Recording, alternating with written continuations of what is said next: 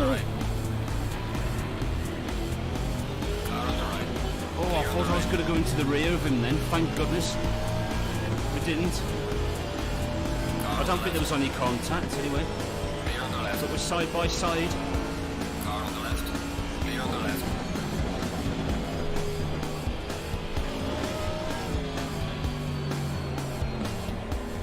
We've made it.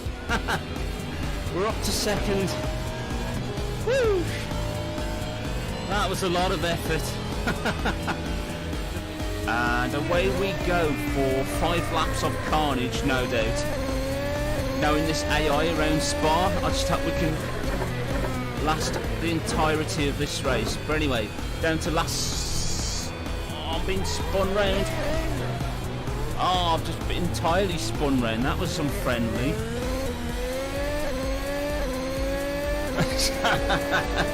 See what I mean? That wasn't very friendly by the AI, was it? I don't really know what happened there, to be honest, but I just feel the car pulling to the left. I thought, uh-oh. Anyway, let's see if we can try... Whoa! Oh my word!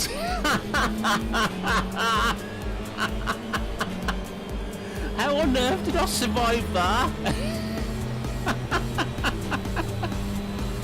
That was insane. I think I was on my door handles pretty much. Oh, you penis. I mean, it's a nice move. Daniel Austin's had to move out of the way there to not get smashed, but fair enough. You've got to do a bit of a dive bomb to get the pass in there. I'll give him credit where credit's due. It was a nice send.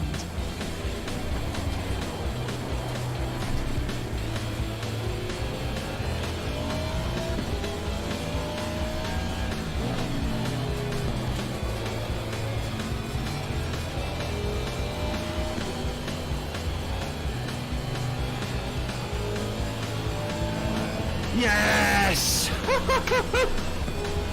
Get in! Yes! Woo!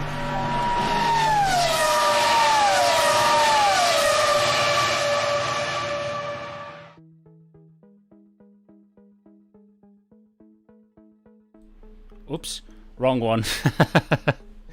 There we go. Sorry, I selected the wrong scene. Being professional as usual in my live streams. Hello, everybody.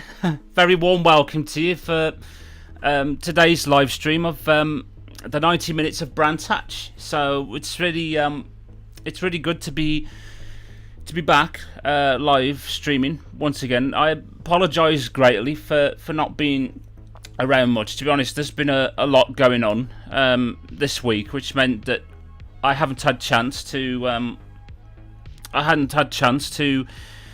live stream as much. As I'm sure you can tell in tone of my voice a little bit, so try and crack on as best as possible. But anyway, it's very nice to see some of you guys here already. So hello, a very warm welcome. Hello to Dominic, to Slanken. I've just noticed popping. Hey Slanken, good to see you, mate. Also to Shortmaster and Stefan as well. Oh, and yeah, congrats to our top 3 in the usual game that we have of people entering the live stream chat first. So congrats to Stefan on winning, Shortmaster second, and Dominic in third. So congrats guys on your medals. So yeah, how we all doing today anyway? I hope that you're all doing very well anyway. It's nice to be back streaming once again. So especially for today's race anyway, with the sim grid, which I'll be honest, we haven't really had much preparation or time to do this race at all. It's literally all been last minute, unfortunately. So as I say, there's just been a lot going on this week. I know that particularly if you've been I don't know, this is a bit hard to explain, to be honest. One thing I've always been with everybody is I like to be honest, but obviously I have to be a little bit careful with what I say. So I'll try and try and be as calm as professional anyway. So, no, don't worry, Dan. We are 100 times more grateful for what we get than. Oh, that's kind of you, Slankin. Thanks, mate. Really, I really appreciate that, bud. But the upshot is, guys, if you haven't seen me around in Taya's Discord at all, it's because I'm no longer there. I'm no longer a member of the Taya Muson Discord community.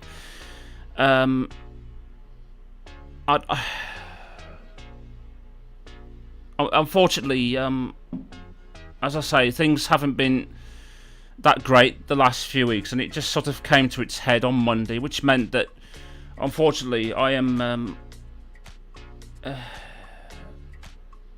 which meant that I'm no longer part of a community, which is really gut wrenching, to be honest, for me to try and explain to you guys first and foremost. I thought I might as well say it now before we carry on with the rest of the evening's race, because I'll be honest, with everything that's been going on, I did consider and wonder whether to do any racing or live streaming this week for you all, because of what's happened and how it's made me feel in general. I'll be honest, it's been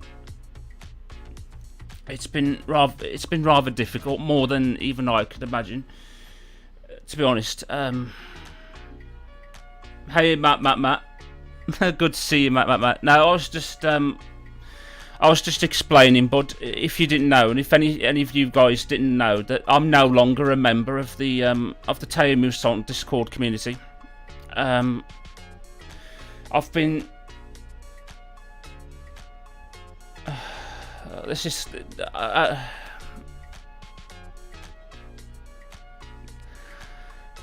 This is even more difficult than I thought I was going to imagine, trying to explain it to each and every one of you. It's literally had that kind of effect on me all through this week, as you'd imagine, and it's been a mad rush to try and set up a brand new Discord community, which you guys can find in the description below, by the way.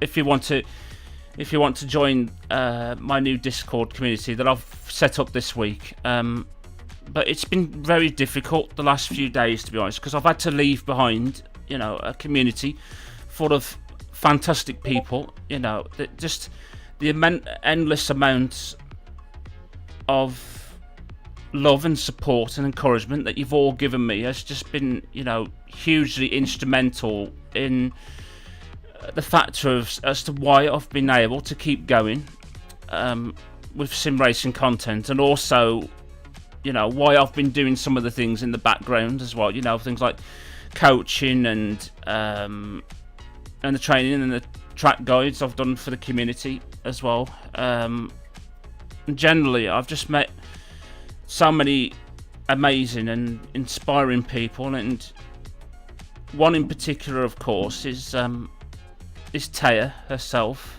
If it wasn't for the fact that she had put so much faith and belief in me and made me feel personally that I'm someone important within a community of people, I don't think any of this would have been possible at all. And it's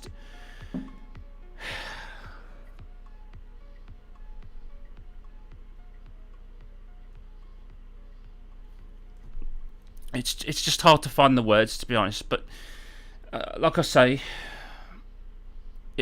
unfortunately, as I say, things just haven't. I won't explain everything in detail, but things haven't been going very well recently. So, unfortunately, I had no choice but to leave the community behind and try and start afresh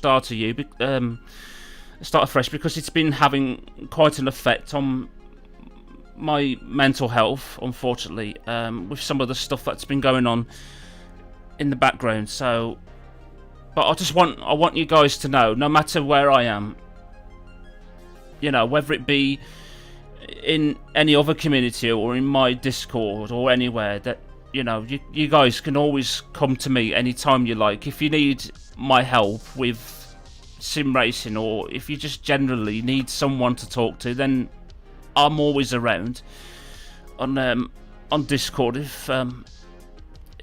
If any of you guys want to talk to me at any time. Sorry.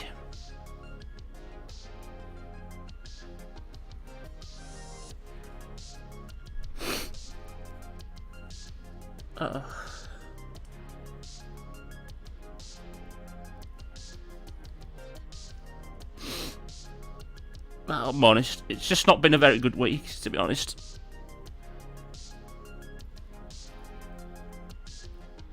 But I've just been hugely grateful for the people who have talked to me behind the scenes. I know that people like Lauren and Elliot, for example, they've been pretty amazing, and also Verena May as well. Her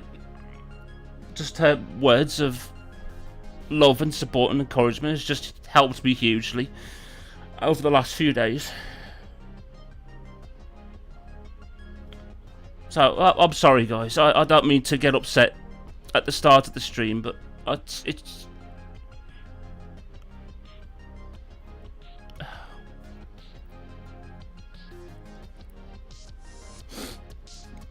yeah.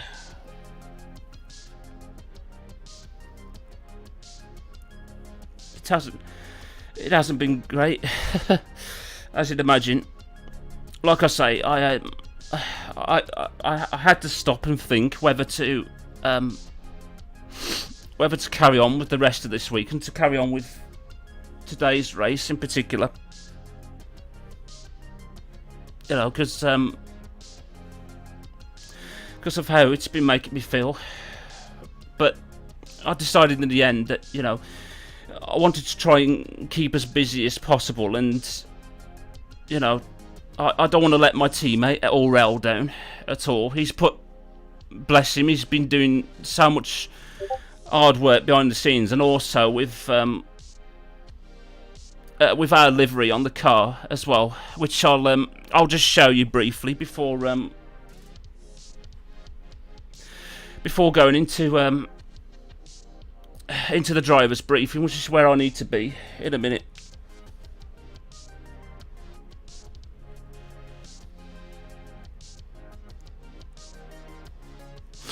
Oh, thank you, Matt. Right, let me just show you the car briefly. The excellent work that Aurel has done putting into this. So if I just, there we go. It should come up for you any moment now. The car that we'll be using this evening. Just I joked with Aurel the other day. I'd said to him that, you know, I'll tell the viewers that he was threatening to kidnap my cat Molly if I didn't drive the Porsche Cayman. So this is what we'll be piloting anyway. For this evening's race around Brands Hatch. Hey Ryan, good to see you, dude. Thank you, man. We'll give it our best shot anyway this evening. We'll give it a good try. So yeah, it's an absolutely stunning livery, isn't it? What Aurel has done to our Porsche. You know, the wave design, but of course it's going to be even more difficult this evening, obviously, because obviously Aurel did this before this week, and he's I found it difficult yesterday practicing with him, following him, because I noticed that he put the Teimusant logo on it. So yeah.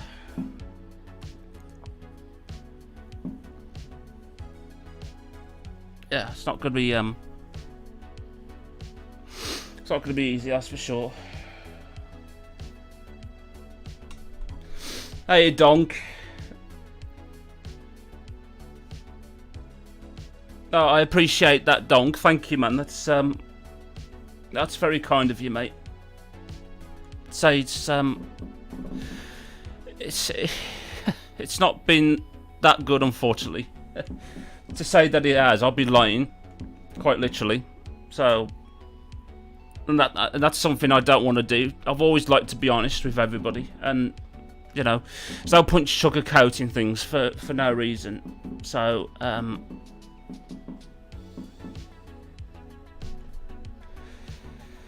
yeah, it's not been ideal. Not been ideal, but thank you, Shortmaster. I don't know about being your hero, but you know, I'll try my best anyway. Thank you, man, for that.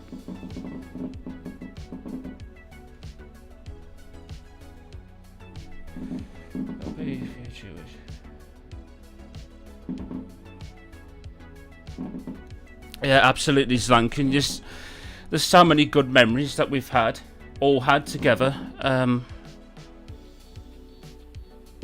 Within the community, so many brilliant moments, you know, whether it be in the community races or in special one-off events that we've all taken part in together. No, it's just utterly been amazing, to be honest. Oh, I just realised what time it was, so I'm going to put myself on mute for a moment, folks, because I've got to go into a driver's briefing now for the race, so it shouldn't take long at all, but I'll be back in a few minutes, everyone, and then we can get the chance to go and talk with my teammate Aurel for the race. So I'll be right back, ladies and gentlemen. Don't you worry. I'll be right back.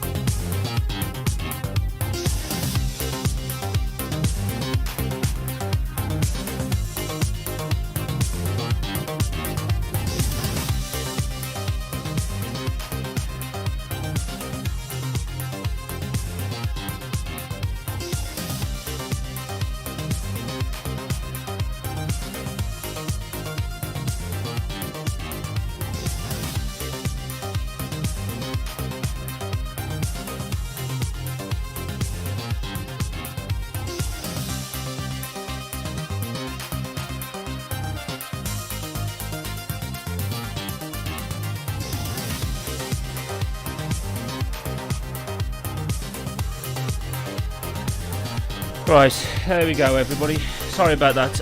Yeah, the driver's briefing is now over, so normality can resume for the rest of the stream, as it were.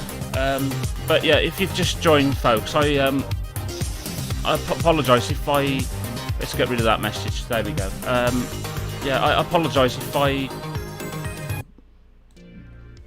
if I don't talk that much during stream, to be honest. Obviously, I really am extremely grateful for you guys for being here and for being understanding as well with the current situation that's been going on this week, unfortunately. But yeah, it's brilliant to see, you know, so many of you here to join in today and see how we get on. I'm just amazed all the time at all of your messages of support. I mean, sometimes I wonder, you know, whether I deserve it or not. But no, all of you have just been absolutely incredible as usual. So a huge thank you, everybody, for being here, for being understanding, and sorry for crying at the beginning. I was trying to hold myself back, but you know, obviously with everything that's been going on, it's been very, very hard to be honest. I'm coming, Aurel. I'm coming. Don't you worry. Don't you worry. Patience, Aurel. Can you hear me, mate? Yep. Yeah, you can hear me. How you, bud? How you doing? Yeah, I'm very good, thank you. Good. Yeah, sorry about that, mate. So yeah, I was just explaining to everybody about, you know, what happened this week, and just got a bit difficult, as you'd imagine. So, it would help if I went into the desktop screen, wouldn't it? So you can see in-game footage. So we'll go and head into ACC, into the server now. I was gonna jump in. Don't you worry. I assume you're in already, yeah? Yep. You're in. Okay, right. I'll come and join you now, mate. Is on already. You are. Good. Okie doke. Oh, thank you, Shortmaster, by the way, for sharing the link to the new Discord page. Really appreciate that, man. So yeah, literally for most of this week, I've just been taking the time to go and set that up. I've forgotten actually just how hard it is. Sorry, go on, mate. No, sorry. No, it's all right. Don't you worry. This guy's racing me in the outlap. Like, come on. Sorry, man. No, I hit the wrong icon. Then it's all right. I'm trying to make some distance, guys. Hang on. I assume the password's the same, isn't it, for the race? Yep. It is. There we go. It's just a bit of a typo. Connected. Awesome. There's Toby. Hey, Toby, and hello, Helen, as well. I saw Helen pop in just now, so it's great to see you guys here. Oh, and Ellis and Ped as well. Right, where's my teammate? There he is. Right, he's just about to set off now on qualifying, so I assume I can hit drive. There we go. Jump on board with Aurel. He's in fact, I'll leave you to qualify, mate. So good luck with that. Thank you.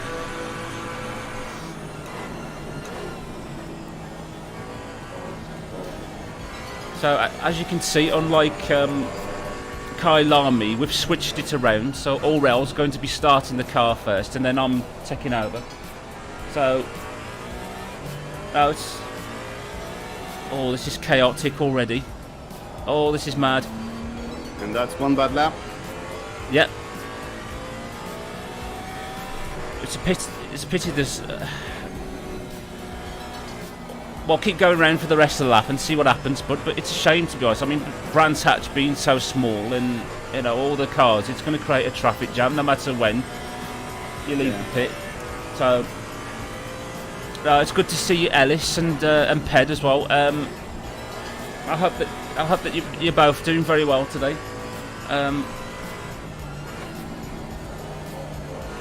yeah, that does mean a lot, slanking. You know, it's the fact that we've all gained and benefited from the sim racing venture that we've had, and we've made so many awesome friends as well, including you guys in the chat right now. So huge thank you to each and every one of you. So I'll try and keep silent now for Aurel's lap. So good luck, mate. You got this one. And this one was still valid, so not really fast. 153. Yeah, 133, but at least it's a lap on the board anyway. So that's got to be something. Oh, this one's gonna. Oh, it stayed left. Thank you, Smith, in the Ginetta. Yeah. I was scared he was gonna take on the line. Yeah, that's the worry sometimes with some of the drivers, whether they just jump straight back on. Now look at the delta. Don't look at the delta. Focus on the lap, mate. Focus on the track.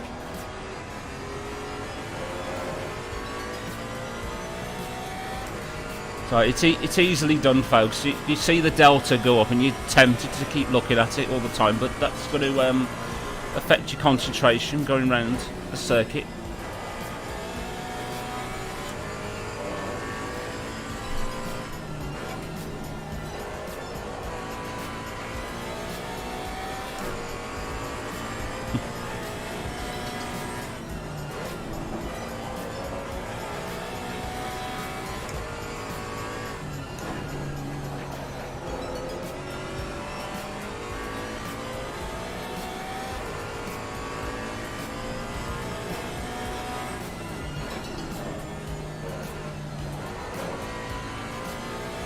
That was a bit an early turning, but that's alright. This is going to be an improvement anyway, so nice job, bud. So it'll be what, low 133 this lap. That's pretty good. So that's put us into 6th place, 7th position now, shall I say.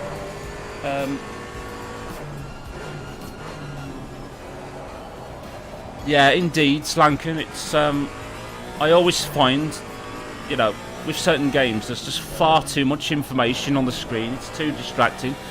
So that's why, for example, when I play Dirt Rally, I don't have any of the information on the screen at all. But obviously, in some titles, you've got no choice but to put up with it. So you can't get rid of, for example, that pesky delta in the top left. For example, it's so bright, like you can't ignore it. No.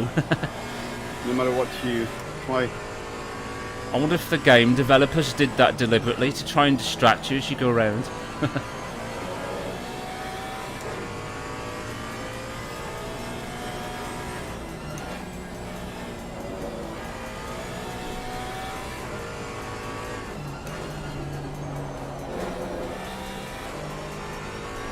So, keep it going, mate. Keep it going.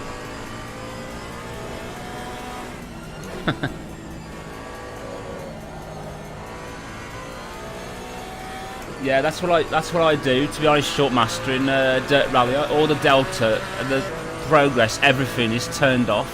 Nice job, Aurel. So that's put us into P9 so far, up a couple of positions.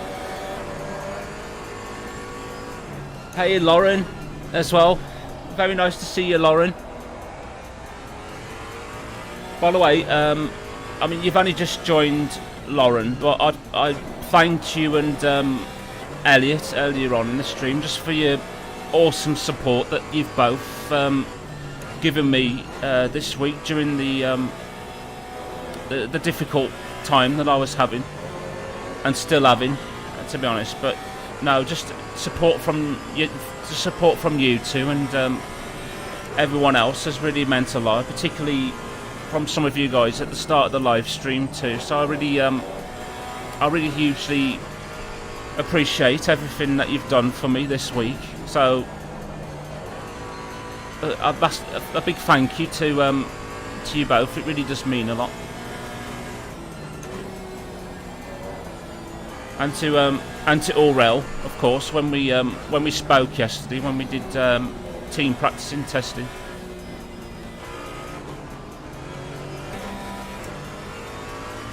That's all right, mate. We'll try again on the next lap. I'll keep silent for the next one. Are you going to pit? Okay. Yeah, it's so difficult, isn't it? It's hard to try and judge it just right when to get a clear space on the track. In fact, let me just go back to the pit lane a sec. Right, there's enough time, so I'll let you know when car number 117 passes by, because that's the last in the big queue. And then there's a little bit of a space, a little bit of a gap in between.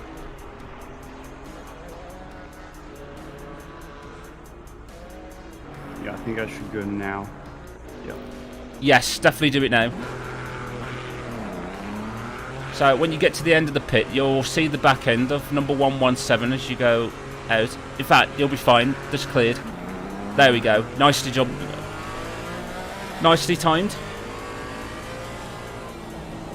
Like So car. Oh, it's alright. So car 117 is in 8th place just now, so you can definitely use him as a reference. Use him as a reference going round the circuit. So let's go and jump back on board with Aurel as he goes and attempts qualifying once again. Let's warm these tires. Let's warm these tires. I don't know. You'll have to ask him, Zlanken. It just asked you, mate, whether you like drifting, but do you like to rally? I haven't done too much of it yet. I had the fantastic luck happened to me that Dominic bought Dirt Rally 2.0 for me a while back. Yeah. Didn't get too much time on it yet because that's when I started doing more sim grid events and stuff like that. So I haven't done too much yet. I've tried it roughly, but I think it was set up wrong. And plus, can't you tell by his accent as well, Slankin? He's more used to circuit racing than he is rallying, because we've literally got our own Charles Leclerc here.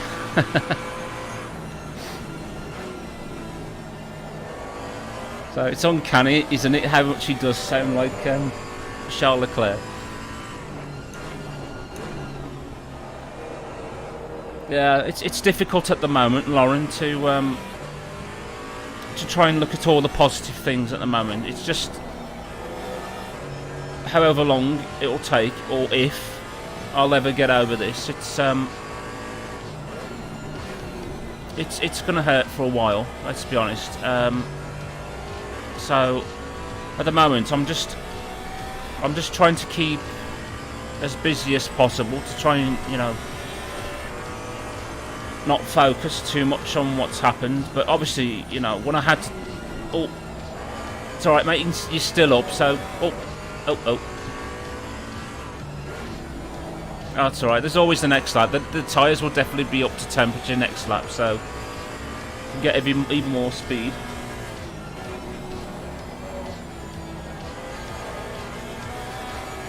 Whoa. Nicely saved. Oh, there you go, Slankin. A bit of rally drifting from you, courtesy of Aurel. Yeah. The tires are still alive. They are, yeah. Still a couple laps of time.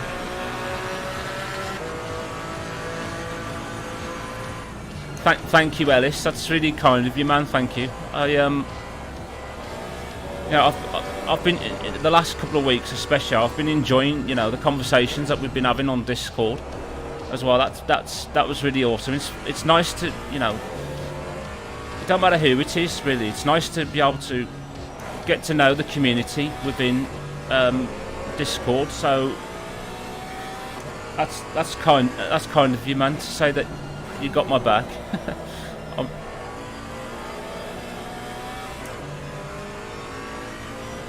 It's a horrible corner, that, ain't it, mate? I hate this corner. I never know how to take it. I always take it out nice and wide and then cut back in, but obviously it's difficult with cars like this. I don't know when to turn in, so I always lose time when I try to do your line. Mm-hmm. Next up, I'll just do what I generally do is take it tighter. Yeah. Even though I know it's probably not the best option, but... Well, don't go back on the line. Oh, for goodness sake. Ottaway. Wasn't a good lap anyway, so... No, that's true. That's true.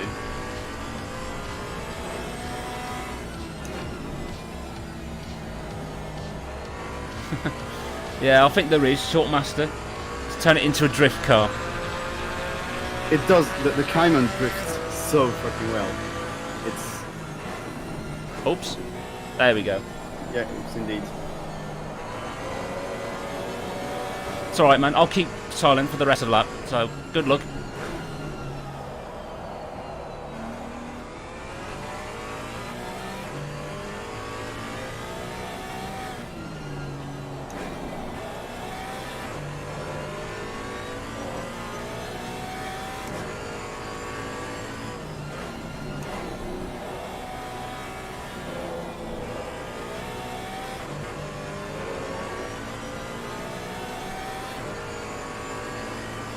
But still doing good. You're still up, mate, so keep it up.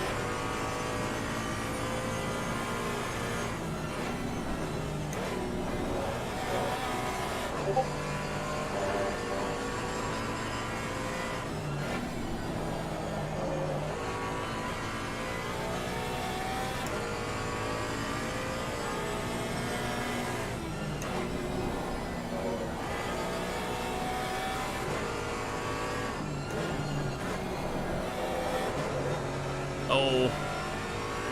Right, Yeah, there's still a chance. the Alright, rear- keep it going. There might be rear still a is chance a yet. bit- Don't worry. Right. Oh, We're okay. used doing an in-lap. Oh, that was a shame, to be honest. It looked like in parts that he was going to beat the lap. So no, good effort, Aurel. Not easy, is it, to do? I had a bad sector 1 on my lap, but the rest of the lap was actually super solid, so I had trouble keeping up with the second half. I didn't have much anyways. It would have been like maybe 2 places up, Yeah, so no big deal. that's all right. At least we qualified for the race anyway. We're mid-pack, so we're in 14th at the moment. So I mean, yeah, so I'm 3/10 up my PB, so it was a good lap. It was a good lap. that was a great effort, Aurel. Well done, mate. Yeah, I think I could put myself on mute, Shortmaster, but with my streaming setup, I've only got one screen. So if I had 2 screens, it would be easier for me to navigate my way through one program to another. So I'd be literally going back and forth all the time, jumping from Discord and. No, but like, don't worry about it. If I need to focus, I've got a deafen button ready on my near my wheel. Oh, you ought to rename it as Deaf and Dan. Deafen Dan. I've got a DD wheel. Oh, sweet, Fanatec. No, Deafen Dan. Deaf and Dan, yeah.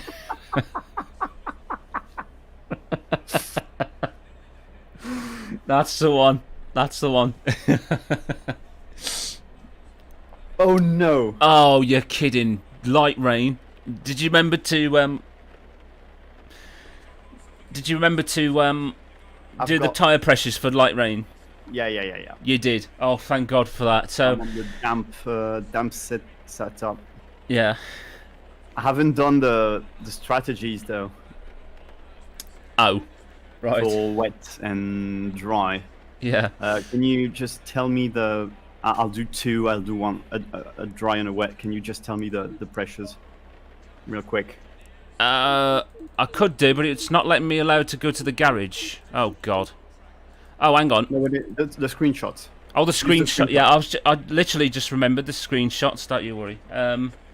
Although we So- don't have dry. It's all right, Right, go folks. for We wet. I was late live streaming beginning of it because we had a last minute panic. In the practice sessions we did leading up to the race, every single one we went in was dry, wasn't it, Aurel? When we did, Yeah. And then when we went to go and practice the driver swap, 22-6, 24-2, 21-5. when we started to do driver swap, it started to rain. So literally, it was literally last minute panic. Right, are you ready, Aurel? Right, are you ready? Monsieur Leclerc? Uh-oh. Last minute drama. Aurel has put me on mute. He's activated his DD wheel. Thank you, Mario. We'll try our best, mate.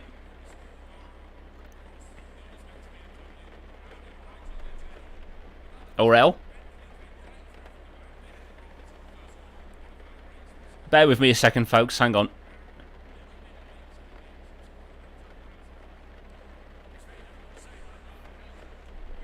He's put everything on mute. Oh, God. All right. So you're back. dry is done, and I just need the wet pressures. Oh, you just need the wet pressures. Okay, right. So the wet pressures are 25.1 on the front left. Yep. Just go through it. Okay, 25.2 on the rear left. All right. 26.5 on the right front. All right. And 26.3 on the rear right. All right. We're done. We're done. Cool. Any Maserati drivers? Let me have a look. Oh God.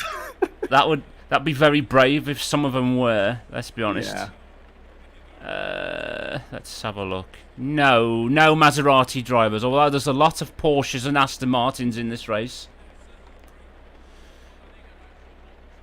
I was saying to the chat earlier on. Aurel, confirm something. The fuel is already calculated, right? Yeah. 62 liters and 61 added. Yeah, that's it. All right. So we have a dry, a wet, and a damp. That's it. Thank you, man, for doing that. Thanks, everybody, for wishing us luck as well. And Andre as well. Good to see you, Andre.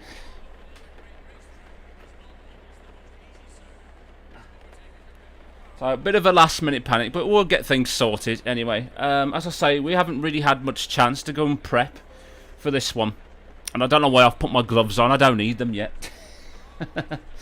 Getting ready to go into race mode. So we've got 52 seconds left before. Oh, that's gonna. I hope it's. I hope it's not a. Oh, what's the word? Carnage. Hopefully, keep our fingers crossed anyway. But as long as you keep a bit of a gap to the cars, just on the first lap, and let it all settle down. We'll see how we go. Anyway. Yeah, I'll be full on with the warning lights. I doubt that somehow Ryan is saying that all the Maseratis are in the highest split. I doubt that very much. To handle in these kind of conditions, I dread to think it's more of a handful in the dry, never mind the wet. The Maserati. Anyway, there we go. Wipers on. So it's in light rain conditions at the moment. So we'll definitely need slicks for these conditions. So it's too late anyways. I know. Don't worry. I thought I was just testing you. So. There we go. So everyone's starting the formation lap. So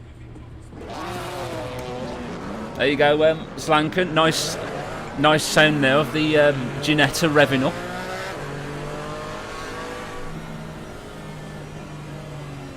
Thank you, Stefan. We'll try our best, mate. As I say, we're a little bit underprepared for this one, but we did some initial practice in the dry anyway, and the car felt really good. So we're optimistic. Anyway, so we'll wait and see what happens, particularly on the first lap in these damp conditions. So, thank you, Shortmaster and Ryan as well. We'll give it our best shot. So this event's more for fun, really. So, but I think we're quite surprised actually how good. The Cayman felt. You was really surprised, weren't you, yesterday when you tried my setup for the first time because either the safe or the aggressive setups make this car understeer a lot, terribly. Which is not supposed to, obviously. Yeah. It's not. It's a bit of a handful to drive. We'll have to have a look around, Mario, to see if anyone could do a mod for that car in ACC. He was on about the Fiat Panda 4x4. that would be more ideal for this, and for Slanken's rallying ambitions actually as well. So, speaking of which, thank you, Slanken. We'll try it. We'll give it a good go. That's for sure. So it's not the easiest of the conditions to start with. We hope, keep our fingers crossed anyway, that the circuit will start to dry out as we go along. Obviously, the last thing we need is a race like Kyle Army, where it just got damper and damper, literally. A bit wetter. So here we go then. The grid is forming up now for the start of the race. So we'll keep our fingers crossed for everybody that that turn 1 is nice and clean and all goes well. So good luck, Aurel, teammate. Thank you. I'll go deaf for just the couple first laps so I can. Yeah, that's fine, man. No worries. So. Any moment now, everybody. The race will be underway. No, go. Green. So here we go then for 90 minutes of race action. Oh, and already somebody getting impatient behind. No, that's not going to be a good place to try and overtake on the first lap.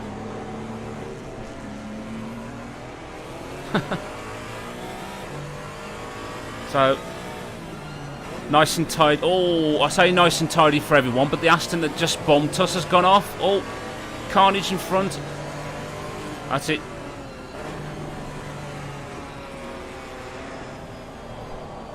Oh, crikey. Well, we've survived that, thank goodness. So there, it looks like a couple of cars got tangled heading out of Graham Hill Bend and had their incident on the inside.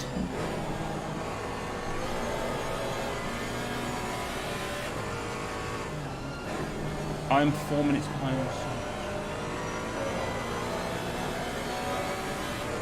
Oh, okay, short master. 4 minutes behind my best lap. Well, it's a start anyway. You know, hopefully the more you... Although, no, you're using a Volkswagen Beetle. It would be a lot slower than a GTE car, let's be honest.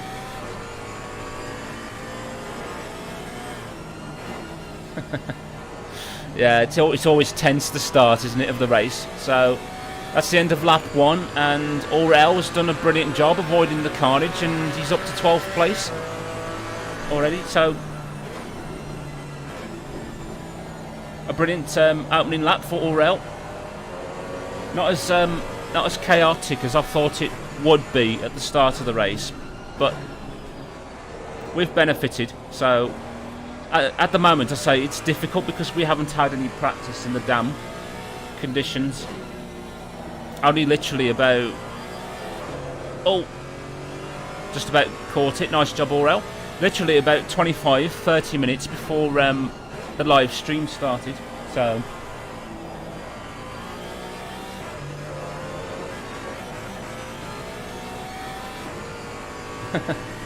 everyone is bumping into everyone else. Yeah, it can be like that on the opening lap, Ryan, especially if you get some drivers that are impatient, unfortunately. Yeah, it's good car control, isn't it, so far from Aurel? He's I think it's been astonishing recently just how much he has improved over time.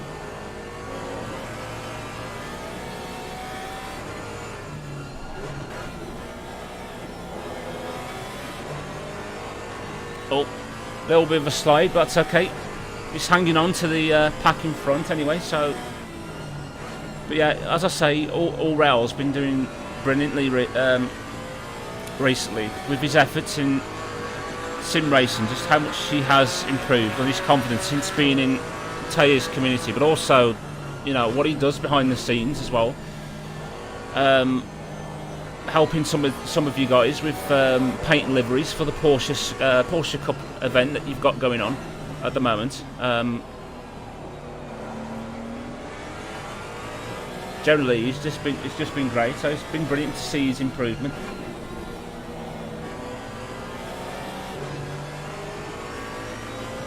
Yeah, Matt. The Beta would be better the other way around, wouldn't it? Turn it into a front-engine, front-drive car. Just turn it round 180 degrees. Perfect configuration. Oh, that reminds me actually. I can't remember who suggested it to me, but I had a word with Ryan the other day for House Gaming, because he plays a lot of automation where you can build your own car and then drive it in BeamNG. I think it might have been Aurel actually who came up with the idea of creating a car that was rear-engined but front-wheel drive. You can imagine the amount of carnage in that, couldn't you? Just by having that configuration.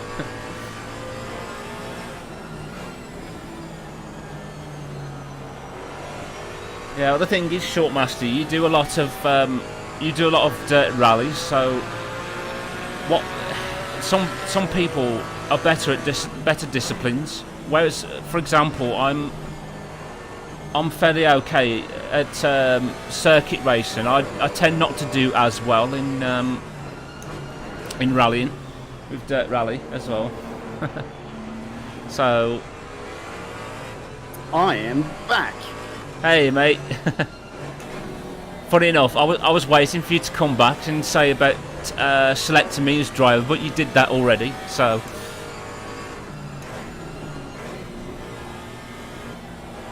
No, you're doing a great job so far, man, in the opening stint. Yeah, I'm a lot keep faster left, than that's the it. guys in front. Yeah, I don't know about that. Just caught a couple of wheels on the grass, but that's another place gain. So we're inside the top 10. Yeah, I think if I'm doing it all right, I can probably pass a couple cars. Oh, Especially if they do that. especially if they do that, indeed. No. That's it. That's another place. That's 2 places in 1 lap. Brilliant. Sorry, Slankin, you're not going to see the Ginetta anymore. Hopefully, Charles Leclerc will be able to pull away now from the Ginetta. Now, this is brilliant so far, man. Keep it up. So obviously I'm not trying to kill my tires, but I think I've got more pace. You think you have more pace? Yeah. Okay. Than the guy in front for sure. Well, just do what you feel comfortable with, man. If you feel that you could perhaps extract a little bit more, then just build it up steadily. But if you feel... Oh, it's alright, man, don't worry about that. If you feel more comfortable going at a slower pace, then definitely do that. So you don't want to overdrive it. And yeah, I'll do. Don't worry, I'm not gonna push hard. I want to save the tires, and if I notice that the guys in front start to struggle with grip, yeah, I'll start to push a bit. Okay. Oh no! Oh, I thought the McLaren was going to go on back onto the racing line. Thank goodness it didn't.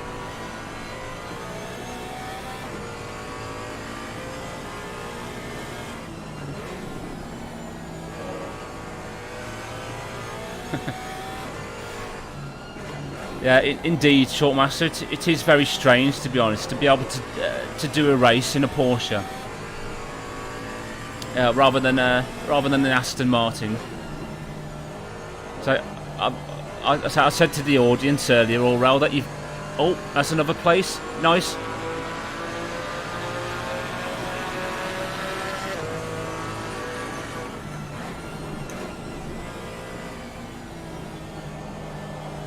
Oh, a bit wide. That's okay. Don't worry. There's Davis on your inside. There we go.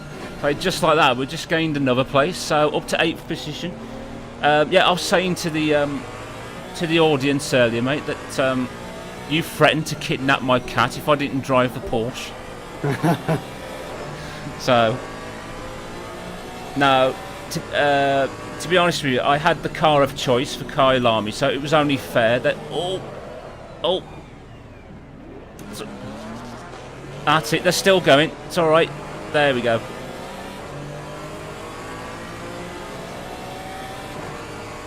Oh, there's the pesky Ginetta again.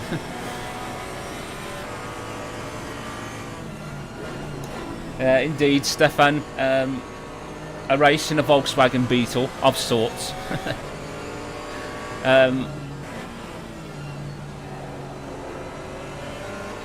No, I didn't mind, to be honest. It was Aurel's turn to have the car of choice, and I'm more than happy to...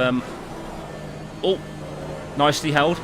I'm more than happy to drive the Cayman, to be honest. So I don't really mind. Who unplugged 2 cylinders? That's what it is. Maybe it's meant to be a V8 after all. Catnapping. Yeah, indeed.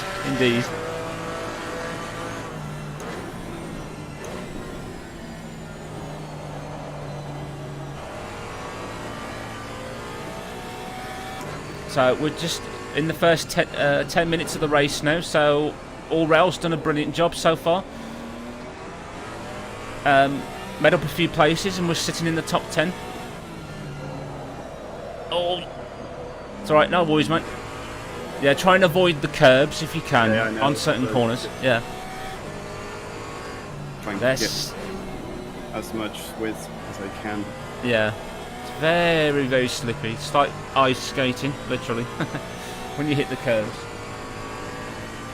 Pressures are good.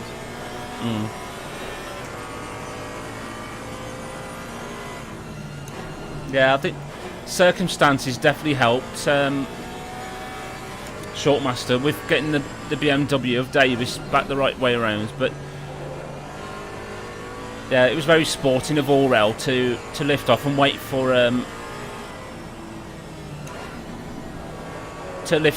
for Davis to recover as well. That's what I would have done as well in the same situation.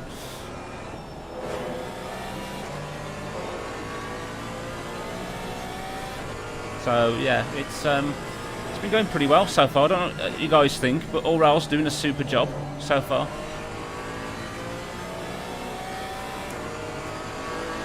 I hate following. I know, it's difficult, isn't it?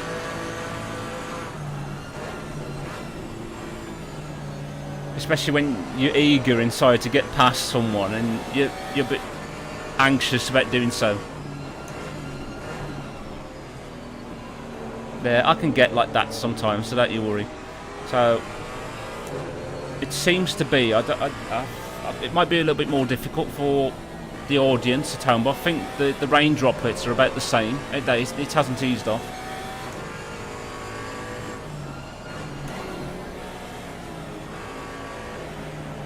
Oh, the old switcheroo. The old switch, indeed. Ginetta got the drive at the corner, but will the BMW with his more powerful engine have the grunt to get by? So we head down to Hawthorns. This is going to be interesting. Yep, sure enough. Zoe Slanken, the Ginetta, couldn't stay ahead for long. Oh, Aurel ran the outside. Oh, that was a good attempt, bud.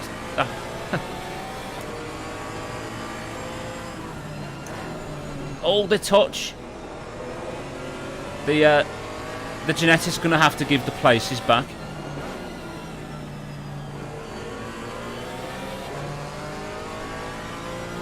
So if the stewards pick up on that, then he'll have to give the place back up to Davis. and possibly us as well if we can take advantage of it.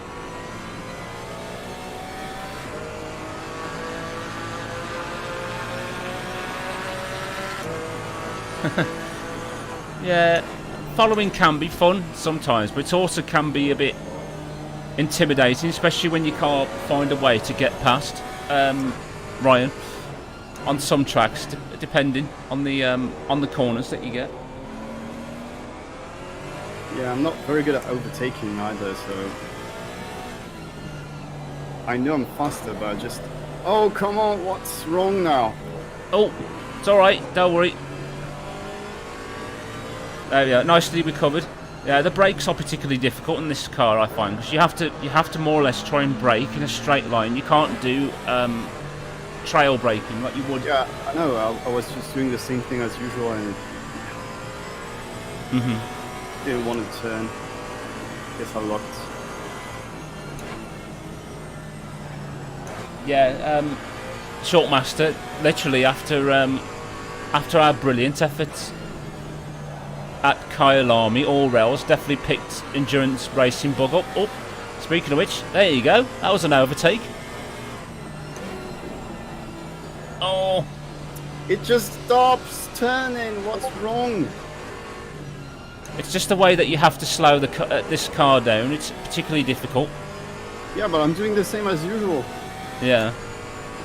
Don't worry. At least we've still got the place. So he Francis went wide as well at Sheen Curve. But yeah, especially after our Kyalami race, Aurel has definitely picked the bug up. Look, it just goes and straight. again, yeah, it's so difficult, this car, isn't it? Try and get it slow. No, I think there's some damage. Yeah, there's Oh. some damage. There's Oh. no way. Well, there might be now after that. Yeah, even more, but... It's alright, carry on with it, mate. Just... Oops.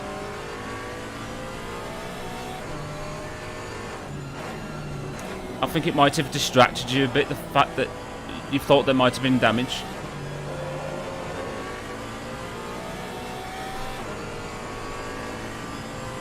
It'll buff out, yeah, definitely, Ryan. That's alright, Mario. There's still plenty of time in this race to catch back up.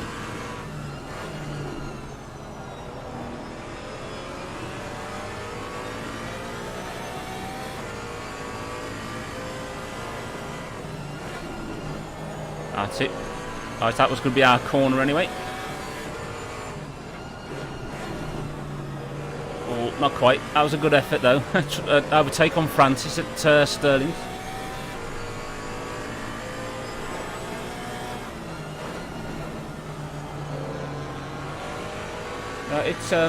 It shouldn't do, to be honest, Shortmaster, because it was only a slight tap that Aurel had with the BMW, so it shouldn't have caused that much damage, or any at all. So, Aston on your inside, that's it. Oh, seems like Francis is having difficulty as well, so slip up the inside, Aurel. Nicely done. That's it, the position's yours, mate. There we go. So we lost one, but we gained one.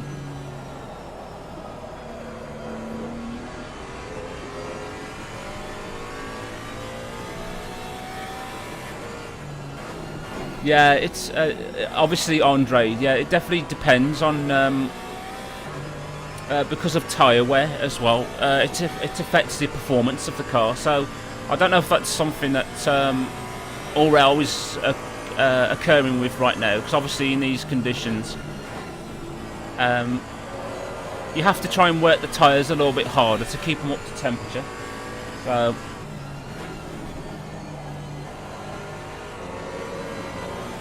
that's a good question. If anybody knows any info about the Porsche Cayman, where is the fuel tank located? I ain't got a clue, to be honest. I'm more into my... Oh, that's it. You're still on the circuit, bud, don't you worry. I'm more into my Astons than I am Porsches, so obviously.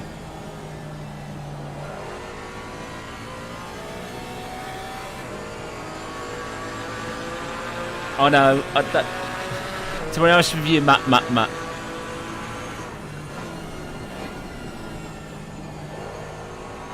We both must be thinking alike, Matt, because I had the same thought in my head. It's a metaphor. He was thinking just Aurel with the Aston V8 passing us.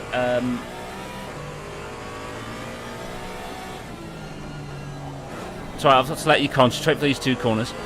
With the Aston V8 passing us, he said the car with the engine in the right place past us. So that's a little bit of a hint, wink wink, that we should have gone with the Aston. No, I'm only kidding.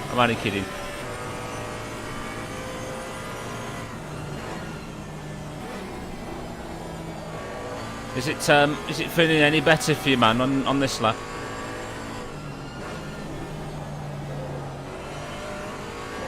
I think he's put himself on mute again.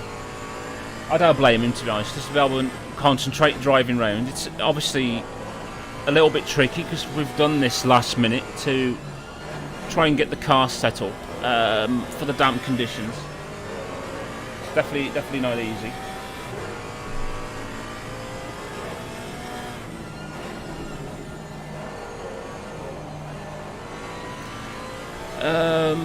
No, there isn't really that much, Mario, in terms of car setup. Changing it for either race conditions or qualifying conditions. The only main difference between the qualifying and the race setup is maybe a little bit of tyre pressure. Because obviously in qualifying you need the tyres to be nice and warm straight away, so you might need to put the temperatures up straight away, the pressures. Oh, nice drift from Aurel, nicely recovered. So the main difference is obviously tyre pressure. You need to increase them a bit for qualifying to get some temperature into the rubber. Oh, side by side for with Falconer and the Aston. So. And also, oh, that's another position loss, but that's okay. We're still in the top 13. But yeah, there's that. There's also, I changed brake set as well because Haggles had a moment, lost a lot of time. Oh well, we got our 12th place back.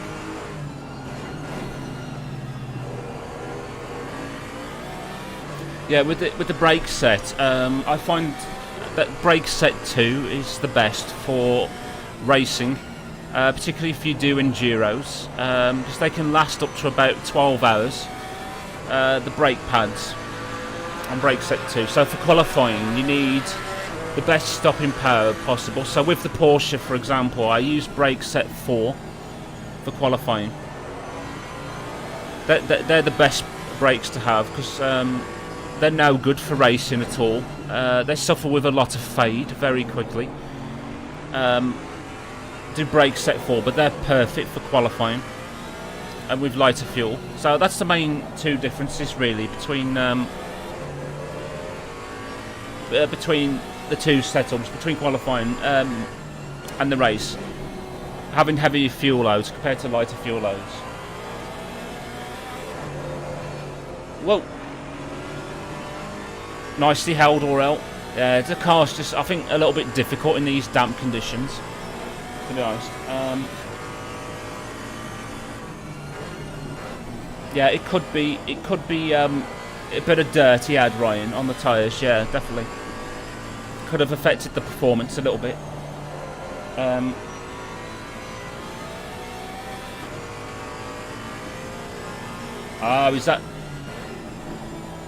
Is that where the fuel tank's located, Shortmaster? Thanks, man. Yeah, as I say, I wasn't really sure, to be honest, where it is located on the Cayman. I wasn't sure if it's mounted in the front section, like in maybe the 911, for example, or maybe mounted behind, but that's perfect. So thank you for that, Shortmaster.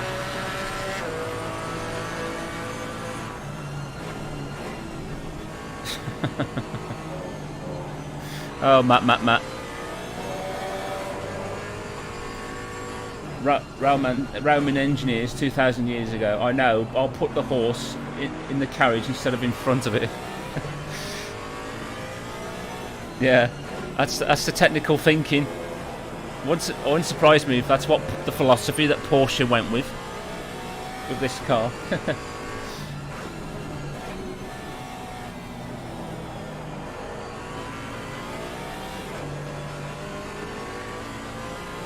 Yeah, in terms of car balance, I think that's perfect, Ryan, for sure, especially for mid-engined cars like the Cayman.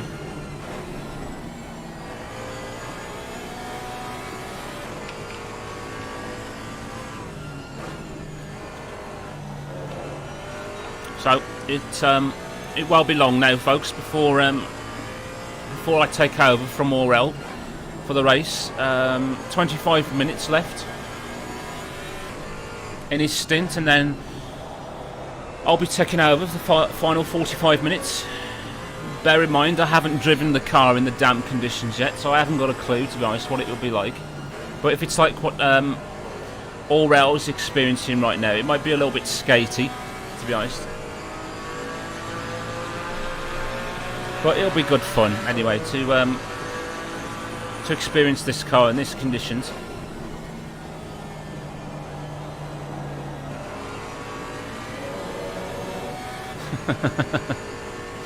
Oh, Ryan, yeah. It wouldn't surprise me if they did do that, to be honest.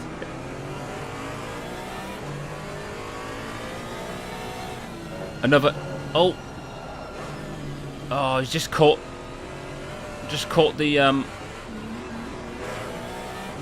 the curb on the outside again.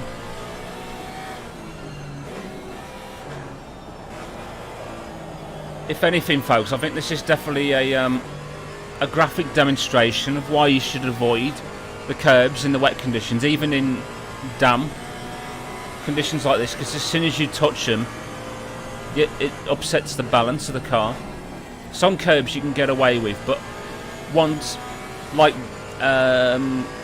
going through Graham Hill Bend, for example, it'll be like a nice skating rink. You touch it and zero grip. All of a sudden, it just ends up losing control, unfortunately. But speaking of control, I think it was Ryan earlier on who mentioned about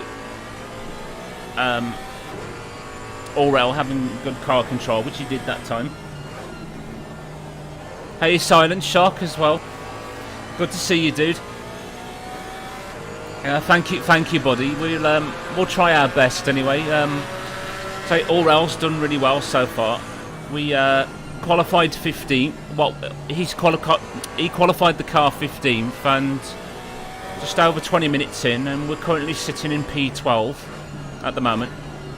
We was inside the top 10, but I think the as you can see, I think the car's proving to be quite tricky to master in the wet conditions. So, especially in light rain conditions like we have now. So we'll try and see what happens when I jump in less than 20 minutes. See what we can do. Oh, come on!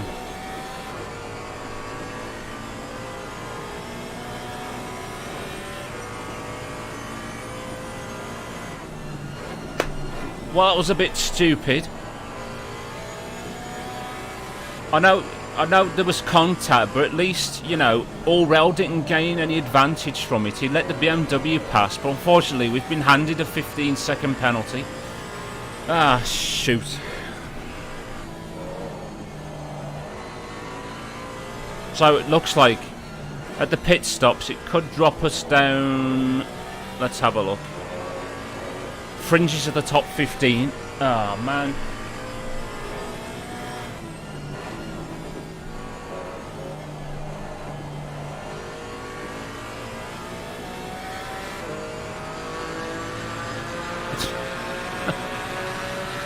Oh, Matt. Yeah, it is harsh, unfortunately, but it's just one of those things. Silent shock. Oh well, we'll carry on. We'll plough on with the rest of the race, and we'll see how we get on. Hopefully, this won't distract Aurel too much. We'll just keep our foot hard down, and we'll try the best we can.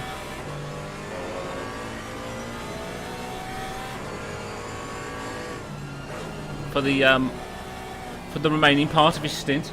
Like I say, it's it's completely unknown to me because I haven't driven this car in damp conditions yet.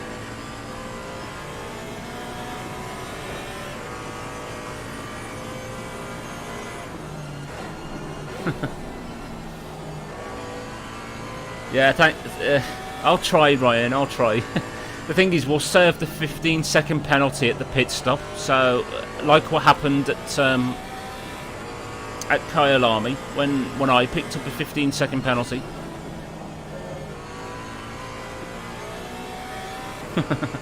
Yeah, definitely a penalty to the stewards. No, that kind of penalty wouldn't work, Ryan. I'd say for the stewards, give them a 2-race ban instead. Give them the harshest penalty possible for such shoddy condition, shoddy decisions. That's what I meant.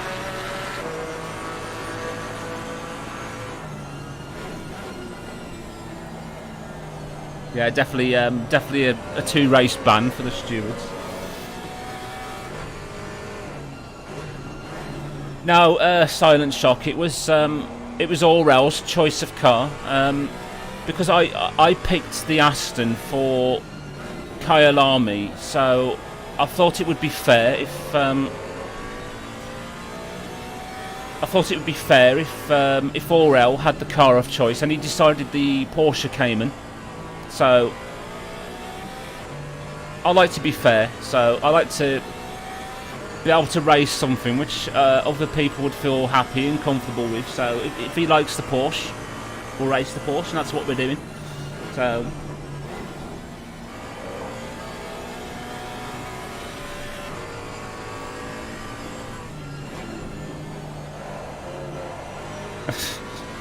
the death penalty. Oh dear.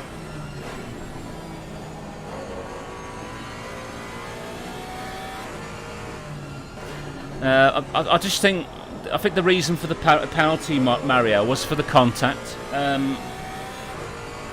because the fact that Aurel made contact with the BMW in the first place.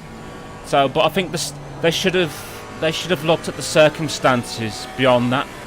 You know, the fact that the BMW is still in front of us, probably a few seconds up the road now, and Aurel did wait for the BMW driver to recover. So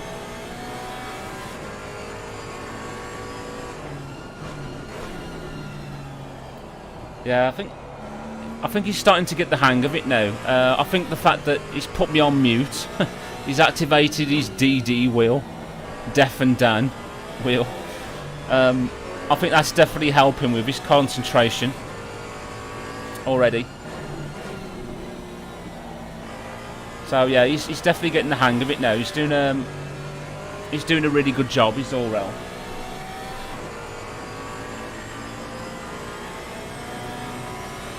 Yeah, that's very true. I don't think the BMW had any damage from it at all. I think the only damage it did have was losing one position from the Ginetta, which they got back easily.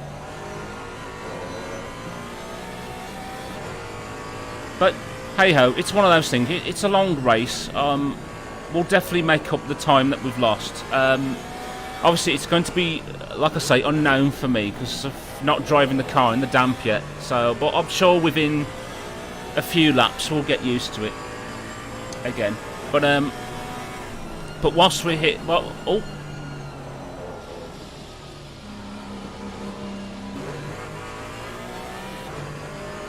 That's all right.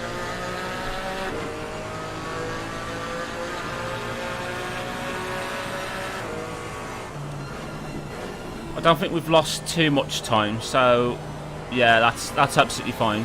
We haven't lost any to the car behind, despite running wide at Clark Curve. Yeah, that's the thing. Matt, there definitely was no gain from that at all. So having that penalty is a bit harsh, to be honest. But like I say, it's one of those things. We'll get through it, the race. We'll see what we can do in the final 56 minutes of this one.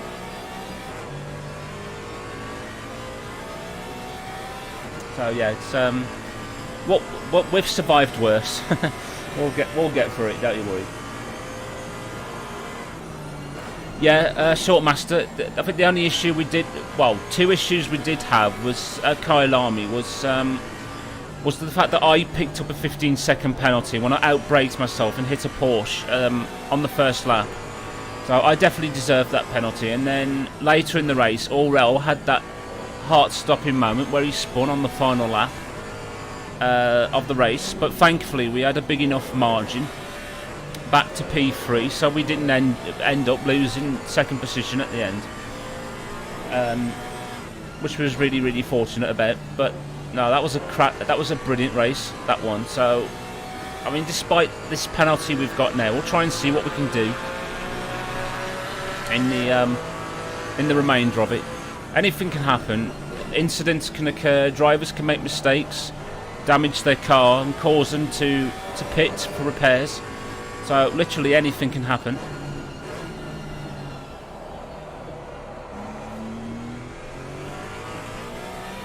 We'll see what we can do anyway. Whilst we're here, folks, just before I go and jump in the car, obviously, for those of you who've just joined, I announced that I'm no longer part of the Teimuson Discord community.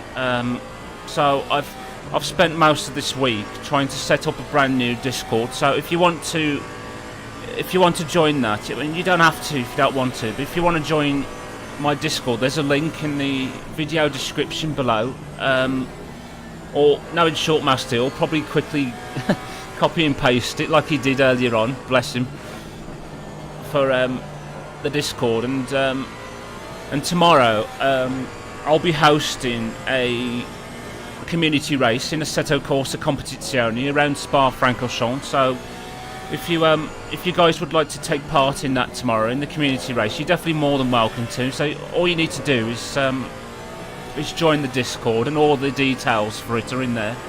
So we've got quite a few people in there already. I think it was just over 20 the last time I looked at the Discord.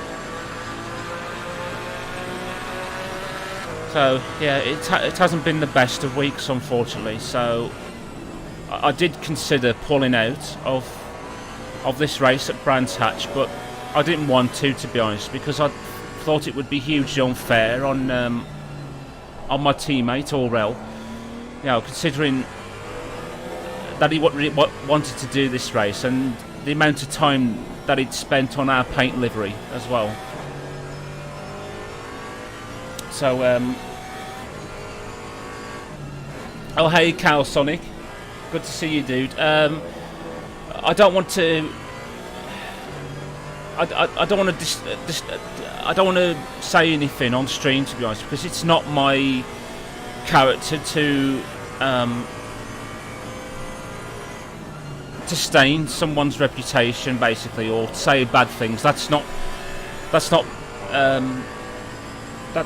what I want to do at all. But just basically, no, I won't say, to be honest. It's probably best if I didn't.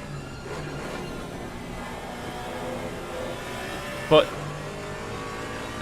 things haven't been the same the last few weeks, so I unfortunately had no choice but to leave.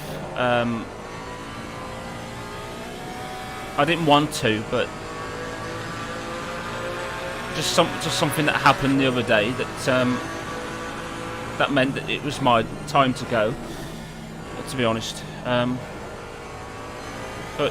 no, honestly, I'm just hugely grateful for all of you wonderful people that I have met in my time in Taya's Discord, and all the many friends that I've made.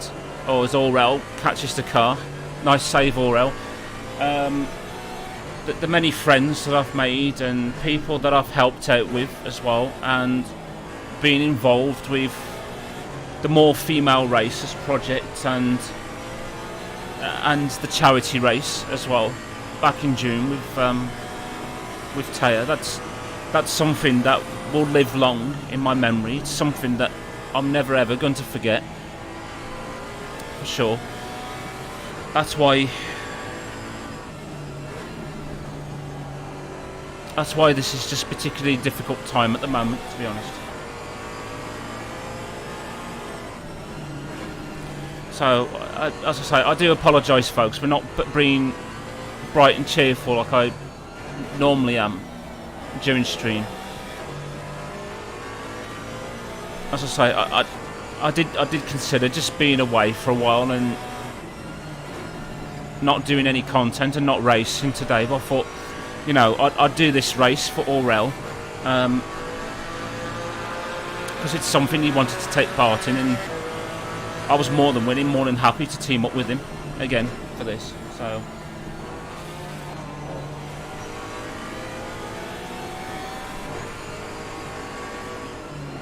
thank you guys, thank you Airud and Silent Shock as well. Now, it means the world to me, to be honest, to have all of your support and just your endless love and encouragement. As you know, it's been helping me these last few months, to be honest, with my anxiety and depression, and it's made me feel a lot more confident in myself to be able to. Oh, there goes Davis in the BMW. He's had an incident. The guy who we had an incident with earlier has crashed. Oh, I don't know if that was accidental, but that was a brilliant overtake by Aurel. Nice job, dude. Looked like he lost control of the car, but just went sideways into the No, he just braked very early. He did, yeah. I got surprised. No, but see, you can overtake, man. That was brilliant. Do you want me to pit early to get out of traffic? If you feel that they're slowing you up, then yeah, definitely, if you want to. I'm ready anyway. Well, maybe I'll try this lap, see if I can overtake this guy. Oh, he's pitting. So. Oh, they're pitting. All right, you got free space. Put your foot down, yeah, man. We'll make this lap count. In the pit, so I might do a couple more laps then. Okay. So pit when you feel comfortable, when you're ready. So you're doing a great job, man. Keep it up.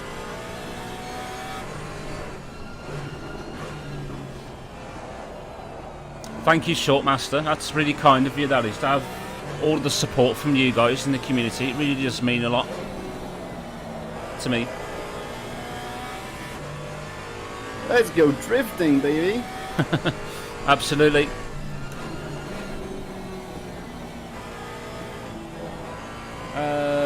That's a good question. Ryan has asked whether it's worth repairing the damage. Does the car feel okay? It feels okay. Yeah, that's your answer. And I think you will lose more time by repairing them. Yeah, we will. Yeah, especially since you were handed that unfair 15-second penalty, unfortunately. Yeah, we agree on that, right? Yeah. I waited for the guy, costing myself at least 15 seconds. Yeah. And they add on to it. Oh no, they didn't consider that at all. The fact that you didn't drive off, you waited for Davis to recover and before he got going again. So yeah. that was really unfortunate. Oh, repair is 6 seconds. Do you want to? Might actually be worth it. Yeah, I think so. Yeah, definitely go for it. If it's only 6 seconds. And we have 15 seconds of penalty anyways that we're going to lose on the pit stop. So. Yeah, that's true. That's true. Yeah, definitely take on the repairs, man. I would. I'm pitting this now. Okay, cool.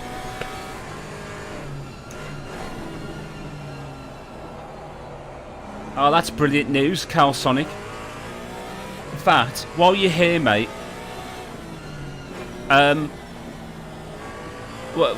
while you're here, Calsonic, definitely join my Discord. If you have a look in the video description, there's a link in there.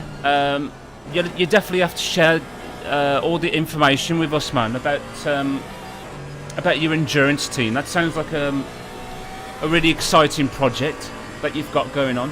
So we would definitely love to hear about it, man. So please do join the Discord and share it with us. So we're just about to get ready anyway. Aurel's going to pit this lap. So are the pressure set for these conditions, yeah? The tyres, brand new set of tyres.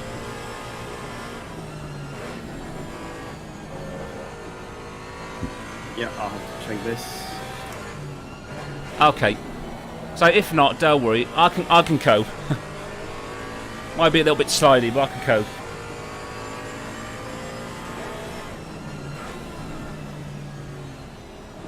Right then, so box, my friend. Holy shit, guys, come on. Oh no, been too slow, too early. There we go, folks. That's Aurel's stint over with. Great job, my friend. You're doing brilliantly to get in the top 10. Oh, here we are.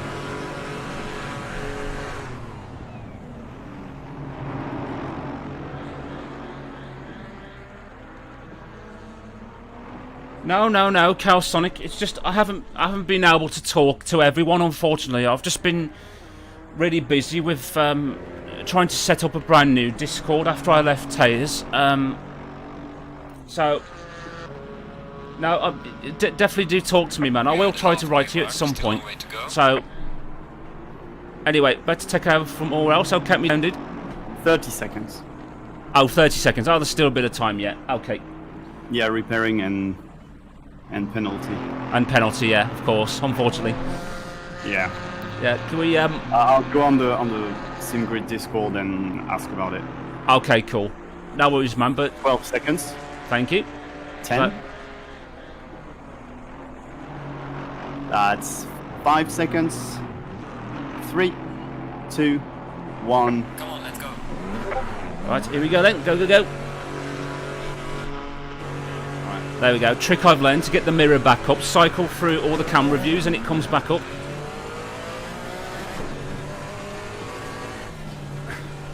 So that's a back marker.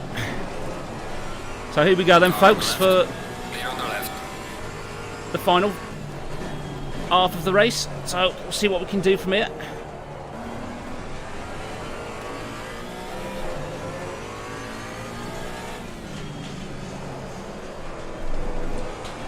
Be interesting to see anyway what the car's like in these conditions. Turn up a little bit more traction control to be on the safe side.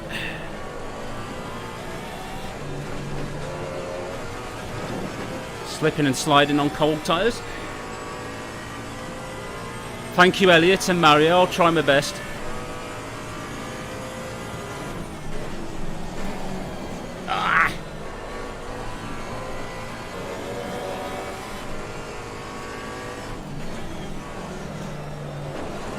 God, this car doesn't like braking so much.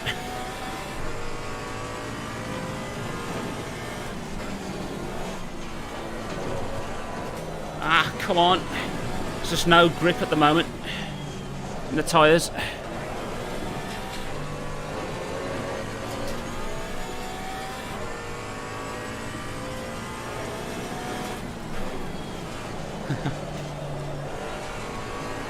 So, might take a few laps to warm up.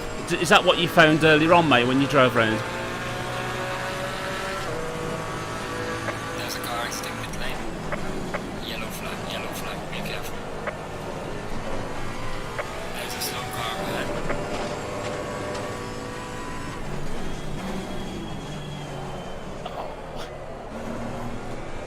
Come on, brakes work. Brake nice and early in this car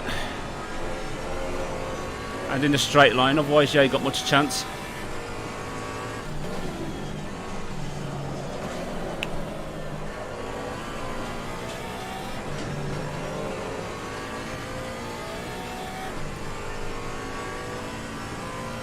Come on, back marker. Thank you, Ellis. We'll try our best, mate, for the remainder. Come on, you're a back marker. Car on the left. Oh, it's compromised my line a bit.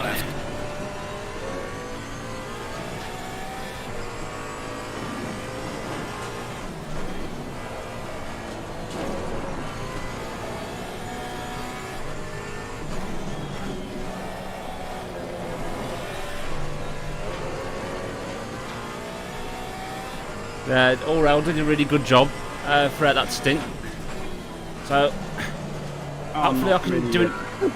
Sorry, mate. Not really of that opinion, but No, you did, man. It wasn't easy conditions to master.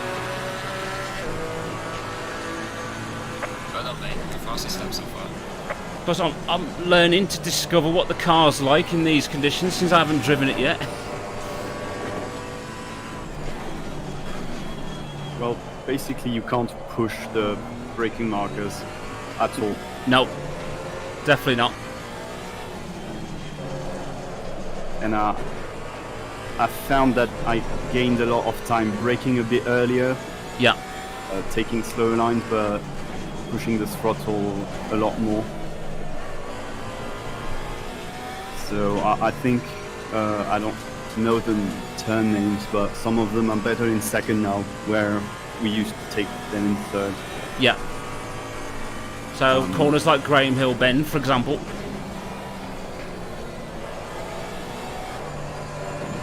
Ah, a bit wide. Oh, it's so tricky in it, these conditions. Just no grip. Whoa! Bit of a drift. So I'm learning from you, Aurel. next step, for example, you're better in second, I think. I can take it in third. Alright. Yeah, maybe that was because I had a bit of damage, so just lacked that extra % of grip. Yeah. And the turn after Druids as well. Okie doke. On the car ahead in second one. Well done, mate. Personal best. Pretty treacherous being downhill.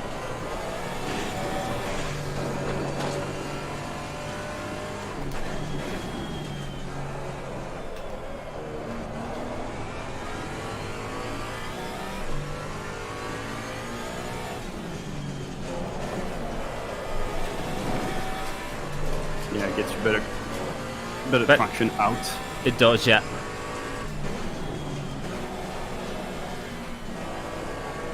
Oh, I was meant to have to take a tighter line for Surtees, but never mind. Overtaking the fellow Porsche. Thank you, Cal Sonic. I'll try my best, dude.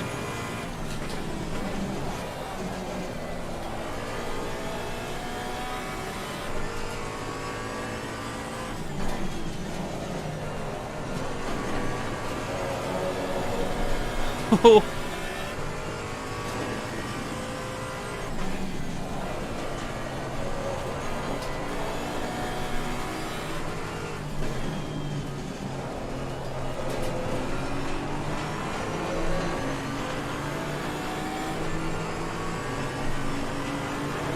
Car on the left. Clear on the left. That's us up to 8th place.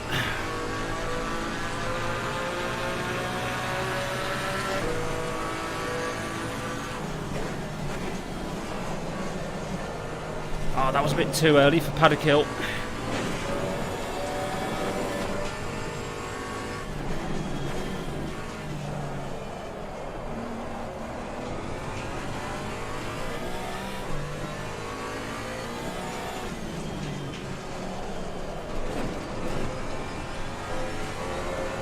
That was a better line. I did take it in third that time, but I just slowed down a little bit earlier for Graham Hill.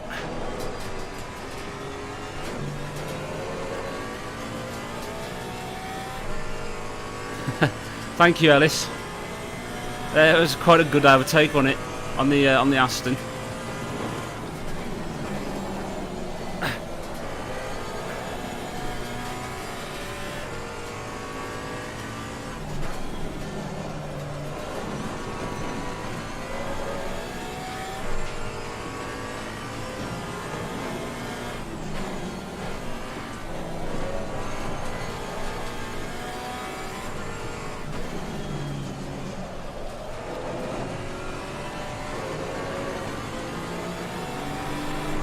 left.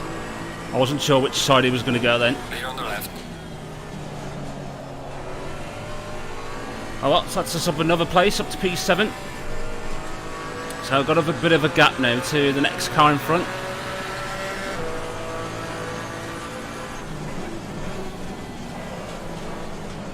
So we'll go and hunt him down, hopefully.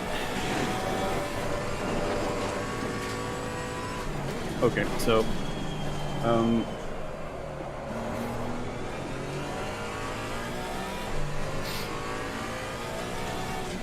there is a possibility after the race, when they do the post-race stewarding, that we get a reduction in the penalty. Oh, is there? Yeah. Because I did apply the gentleman rule, as they say. Yeah. But they're very cautious about this. Like, you might receive a reduction of the penalty after the race. Let's hope they do. I hope they do so. Do the right thing. Basically, they say if you clearly apply it and you don't cause too much damage to the other car. In fact, there wasn't any damage to the other car. Yeah, I don't think there was.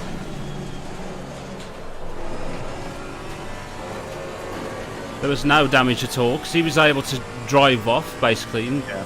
made up a few places.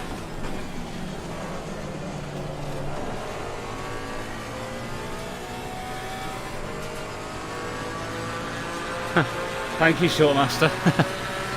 Says Return of the King. I doubt that very much, Mate, this has been your personal best. but kind of you to say, mate. Thank you.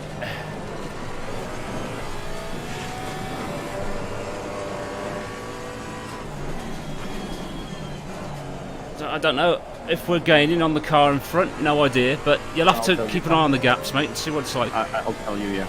Sorry about that. I was No, it's all right. Don't worry. reading their rules. No, understandably, after that incident, no, that's perfectly fine, mate.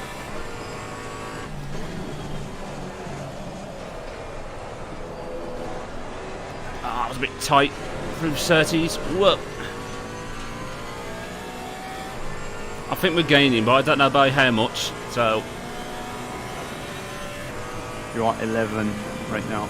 Plus 11. cool. Thank you. I'll keep you updated.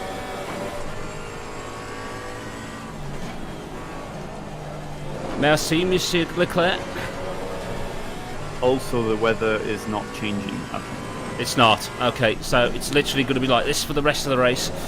That's fine. At least I can get used to the track conditions now, so that's absolutely fine.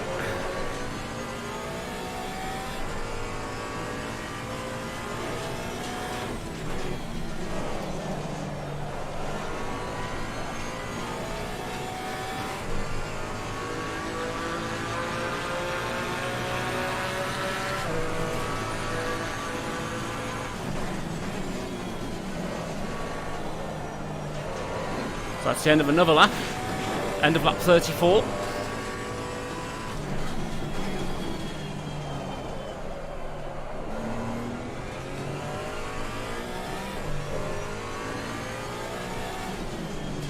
Right, nice and early for Grey Mill.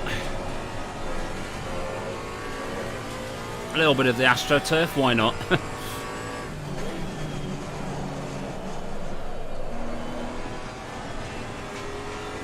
Heading through Surtees, a horrible corner to try and get right. You're gaining about 2 seconds a lap on car in front. 2 seconds, okay. So you should be there in 5 laps. Thank you, mate.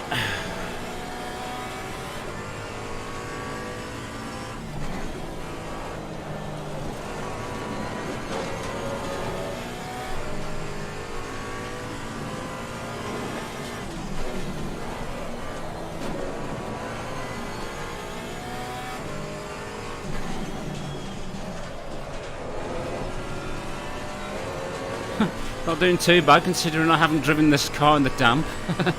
Yeah. But to be honest, I didn't either. Yeah, we Didn't go both well. didn't, to be honest, yeah. That's true. We was literally panicking, weren't we? Last 25-30 minutes before the meeting began. Fastest lap of the race. Great job. Well, I should know for next time that all SimGrid races have random weather. Yeah, they should inform us really, but Yeah, I've just had my race engineer come on. Apparently, fastest lap of the race. Yep. There's a bit of a surprise. A low 35. Yep. Which, considering the damp, is quite fast. It is quite quick indeed, but I think all credit has to go to you, Aurel. You were doing the last minute changes to the car when we discovered the damp condition, so you've set the tyre pressures perfectly, so great job, dude. Are they alright for you too? Because I've set it up for me, but I didn't think of adjusting it for your different style. So far they're absolutely perfect.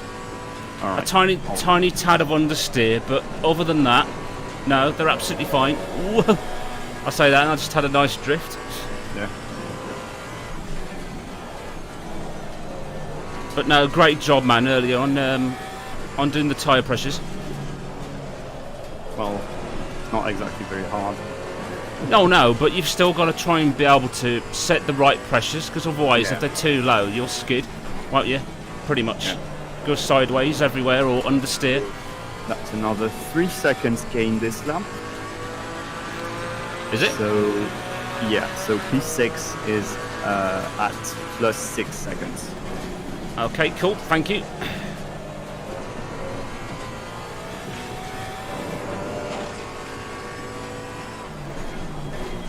Oh. Ah, I can see him just in front of the Ginetta. Sorry, Slankin, if you're still watching, I'm catching your beloved Ginetta.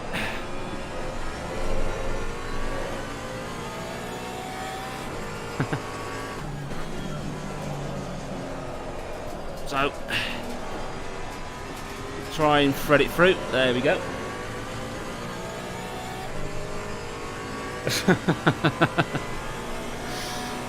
Yeah, it literally went to every length, Ryan. Quite literally. He's saying that you blew the tyres up with your mouth. Believe it or not, one of the rival teams borrowed our foot pump. So Aurel had no choice but to resort to blowing up the tyres himself. With my mouth. With my mouth, indeed. And stupidly strong diaphragm. Yep. Quite literally.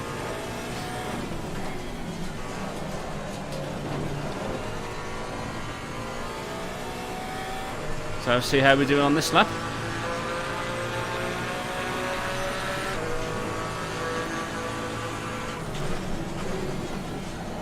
So you gain 2 seconds this lap.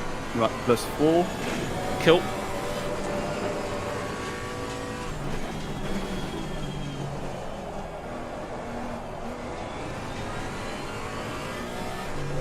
There we go, it's going through Grey Mill.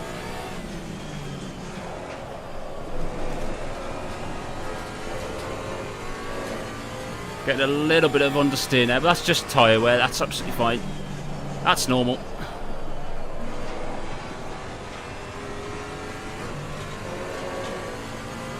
There he is, the Ginetta going under the bridge through Pilgrim's Drop.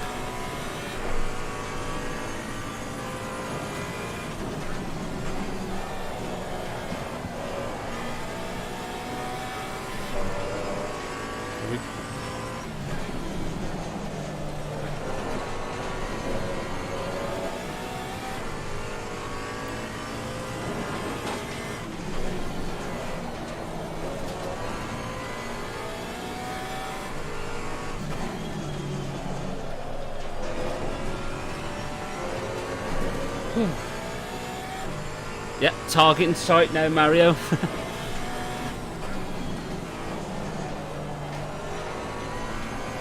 If I overtake, Slankin is literally going to be crying for the rest of the day, passing his beloved Ginetta. Sorry, Slankin.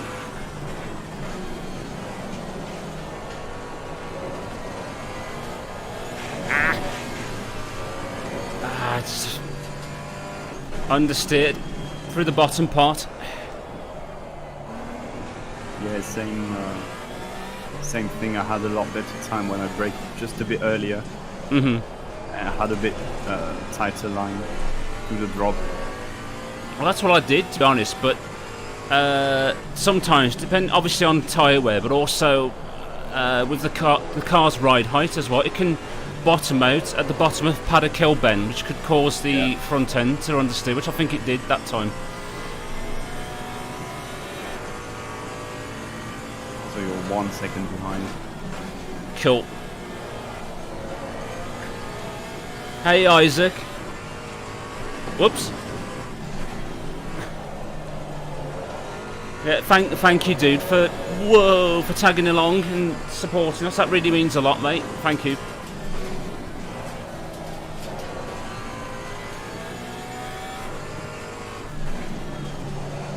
In fact, for each and every one of you being here right now to watch us now in the live stream really does mean a lot. So thank you, everyone.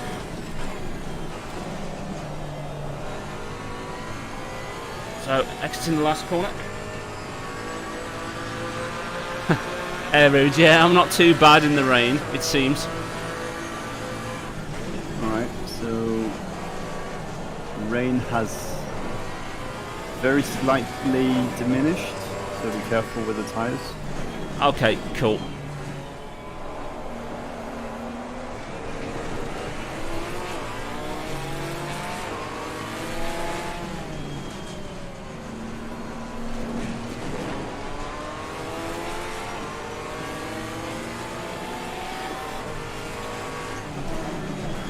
Car on the right. Sorry, Janetta. Clear on the right. Compromised your own line, unfortunately, going through Grey Mill.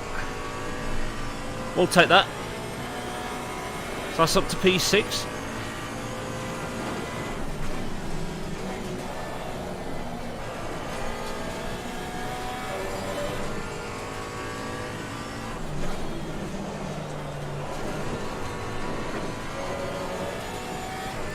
Well, the rain droplets look about the same, to be honest, Aurel. So I don't think it's going to affect the rest of the race too badly.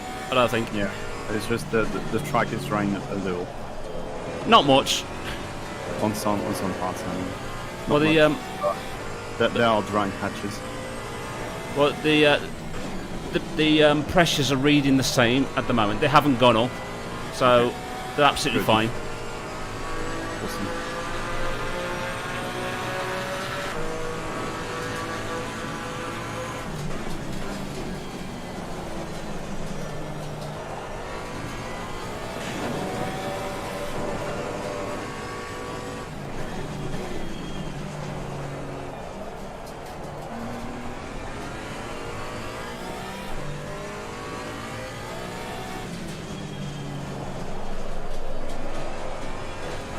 Tad wide, just about got away with it.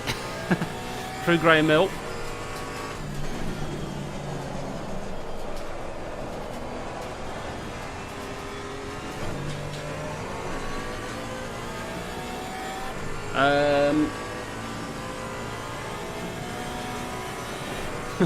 Schumacher of ACC, I doubt that silent shock.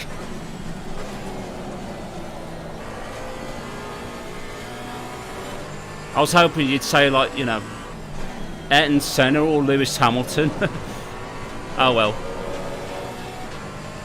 Nah, I don't think I could ever be like Senna, to be honest. Be a nice thought though, but I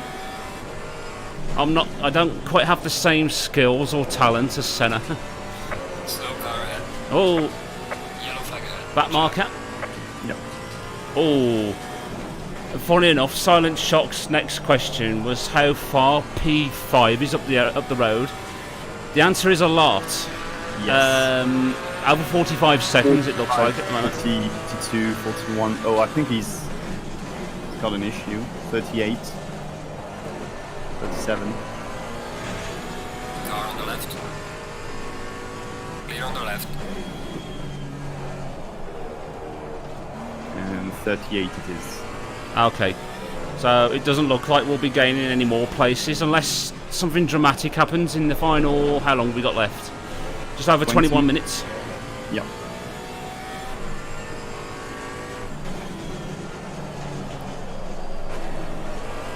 So right about 12 laps. About 12 laps roughly, yeah. I think we might have overestimated on the fuel because we've got 28 laps left in the tank. Yeah. It's alright, don't worry. It's better to have more than A bit? not- That's over double. Oh well, don't matter. Yikes. Just about caught it. Oh well, so like I say folks, unless anything dramatic happens in the last 20 minutes, it looks like we'll be in 6th place by the end. Fine, I'll keep the car on the road, that is. Thank you, Lauren. Reminding me of my nickname, the Wizard, that she and Elliot gave to me. So P1 is 4 seconds behind you.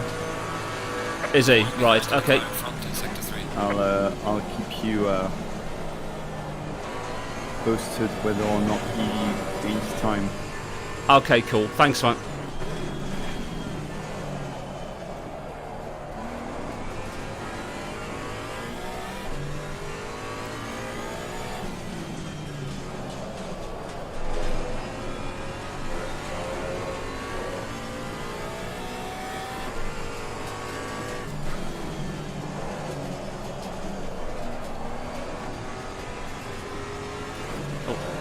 That marker in the Mercedes. Just going off through Surtees.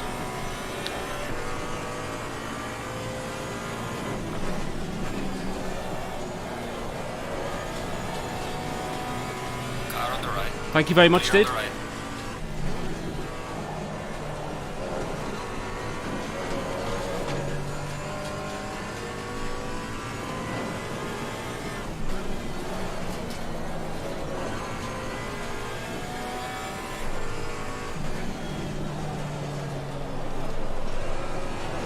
A little bit of understeer. Just about got away with it. Is the gap about the same to the race leader? P1 behind is still 4.5 seconds behind. Okay, that's fine. No problem. So hopefully we won't need to be able to pull over. Hopefully.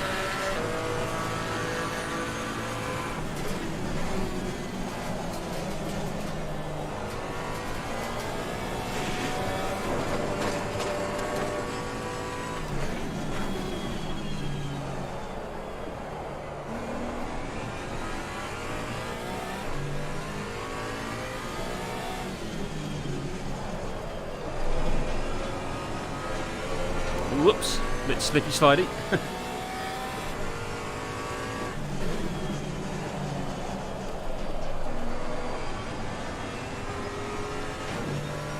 There we go. Yeah, that's true. I suppose that's a similarity that I've got with Senna, Ryan. It's the fact that we're both good in the wet. I don't mind the wet, to be honest. I like a challenge. You know what? I think I'm better in the wet than I am in the dry. I was a bit wide. Sorry, I got Remember distracted. Monza. I got distracted then, it's alright. But yeah. That's alright, man. It's only fair you distracted me. I kept distracting you quite a lot in qualifying, so it's justice. I mean, Well, that's part of team racing, I feel. Yeah, I suppose it is, but it doesn't help when one of the team is a streamer. Yeah. Problem is, it's a difficult job to have on my hands because. Oh, come on! No! Okay, I don't know what happened there, but car didn't want to stop. Oh well, my first major mistake. Times, remember? Yeah, Exactly what I had. I remember, but that was my bad. Don't worry. like I say, it's a difficult job sometimes because obviously you want to keep quiet so your teammate can concentrate, but also you don't want to ignore the people in the audience as well. I'd feel really guilty if I did. I went deaf for a moment, but I was starting to get upset, and I wanted to get back in the zone and focus. Yeah. And get some consistent laps done, which I did. At least. Yeah, you activated the DD wheel. Yeah, exactly. That ought to be a feature on this channel now, to be honest. When Daniel talks too much, just activate the DD wheel. The Deaf and Dan wheel. Alright, so P1 is 3 seconds behind you. Okay, cool. Slowly catching up, so you might have to wield at some point. Well, we'll see. It depends if I keep making mistakes, like Losing to the car ahead in sector 1. like I did at the last lap. But if I keep pounding round the way I have, I shouldn't need to pull over at all. Yeah, that was much better. Come on, car. Yeah, you're starting to have the same thing as me. It's going to keep getting worse with understeer and such, so that's when I got surprised and went off track a couple times, so yeah, you need to be careful with braking a bit earlier than you would. Okay. Yeah, I think I'll have to brake even earlier than what I did before. It's just some corners, but they're pretty punitive if you get it wrong, so... Yeah, that's something I'll have to do in the future, Isaac. Yeah, I didn't really have time to look at it, to be honest. To have a push to talk button. Whoa. Problem is, I haven't got many buttons on my McLaren GT3 wheel, so they're all very much occupied in game. Whoop. Sorry, just that understeer you was mentioning. Yeah. So I definitely have to try and adapt to that.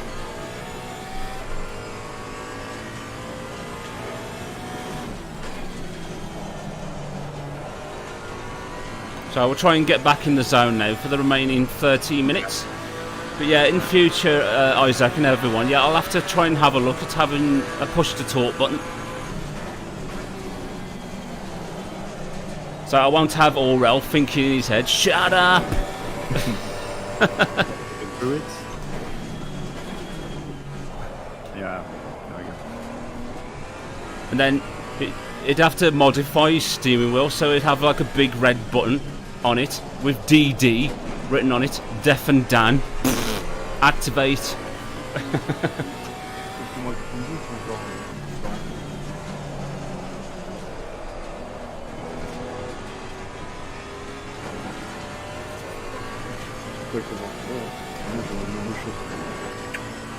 Oh, there's an idea, Silent Shock. Yeah, I think I've actually got one beside me because I use it for the engine operation controls in ACC. So for the ignition and the starter. So I'll have to definitely look into that for the future, mate. Whoops. It's fine. Don't worry. I just about corrected it.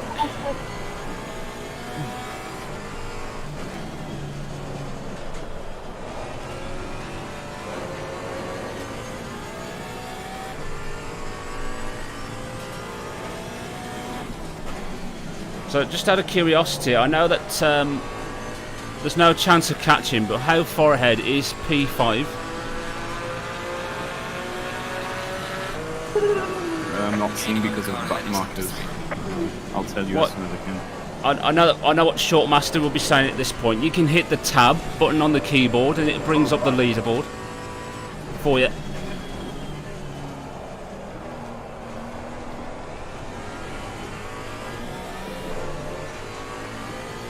It's not showing. Oh, it's not showing. Okay. No worries then, mate. We'll take... It's going to show, show it a bit because there are checkpoints basically, I think. Okay. It's alright. Seconds. Cool. I was just going to say, it's just popped up on my scoreboard, relative pod. Oh, but it's not the same number. So the relative is 33 seconds. Okay, cool. Map it to the clutch button, Ryan. You must be mad. Clutch pedal. You must be mad. For the push to torque, he suggested I use the clutch pedal. That sounds like a terrible idea. It does, considering I need the clutch pedal for the GT3 cars. So I could literally be 2 seconds behind you. 2 seconds. Okay, cool.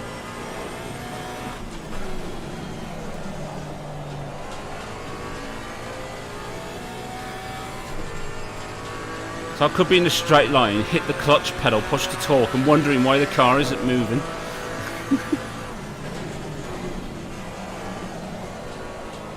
the one of many 500 IQ suggestions by Ryan.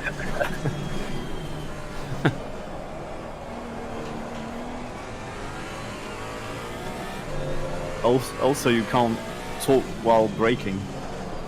No. But I can groan and drift at the same time like I did just then. Yeah.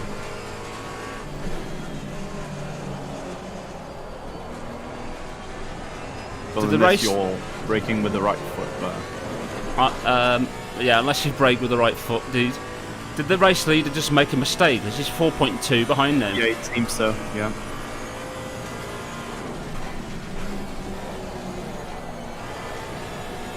Cool, so I just looked at the clock. Doesn't time fly? We're down to the last 9 and a bit minutes, folks, so we'll keep going. Hope, keep our fingers crossed for a top 6 finish. That will be absolutely brilliant, for considering that, you know, we haven't practiced much, and it was literally last minute panic, last minute drama with trying to get the right tyre pressures, whoops, for the damp conditions. Yeah.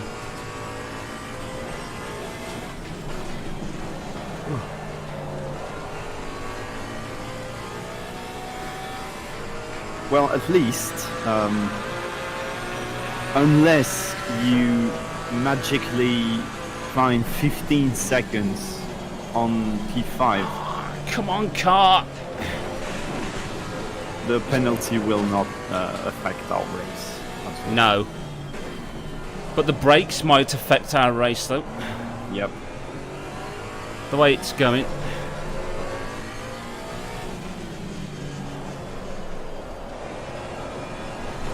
Oh, this is not an easy car to set up at all. I've had, I did a bit of testing behind the scenes, everyone, and I found that this car needs a lot of rearward brake bias. What we set it? It's at 49%. We've set it at. So don't worry, I'll keep focused, Elliot. Don't you worry.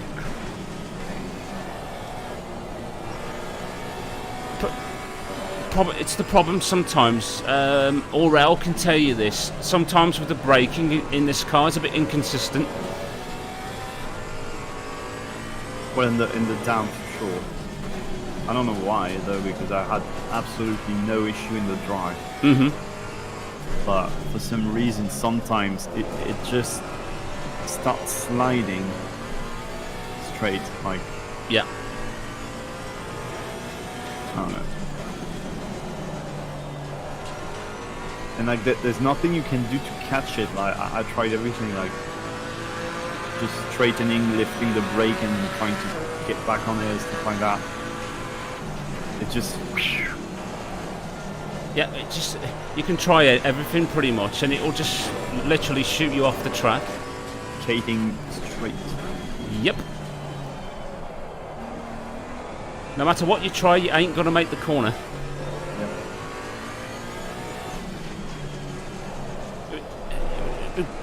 Come on, understeer.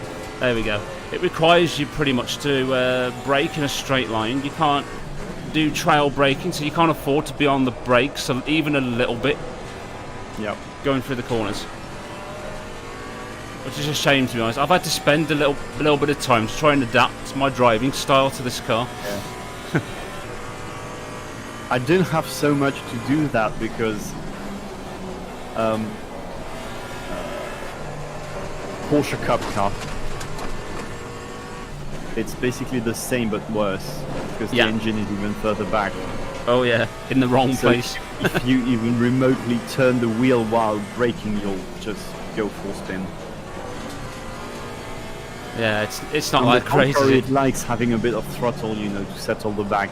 Yellow flag in sector 1. It's quite a weird way to drive at first.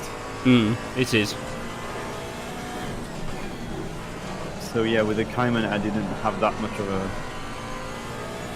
of an issue getting used to. Again, Yeah, that's true, Shortmaster. He said, "Be glad it's not a Maserati." That's very true. Yeah. Especially in these conditions. Ooh.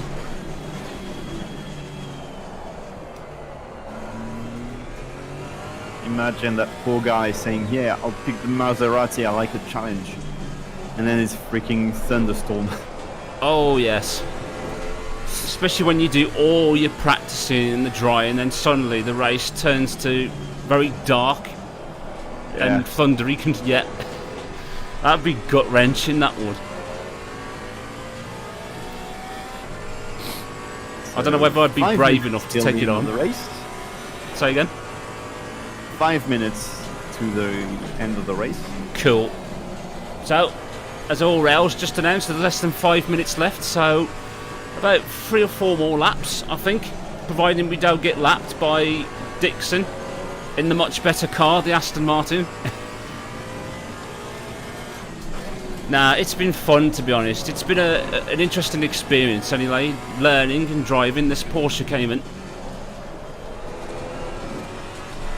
Not my first car of choice, but it's definitely been a great experience anyway.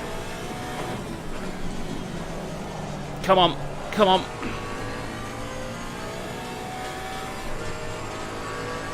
Yeah, we've got enough of a gap, so I don't think we're going to get lapped. Gaining on the driver ahead in sector 3. Oh, great. The engineer tells me we're gaining, and the car in front, but I think it's a bit too late now. Yeah, it's a little too late. Unfortunately. Yeah, there's 3 laps left.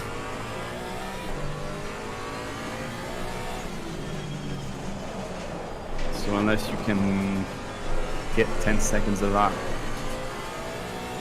10 seconds a lap. What? I wonder if the organisers will allow me to switch to a GT3 car. I think that's the only way it's going to be done.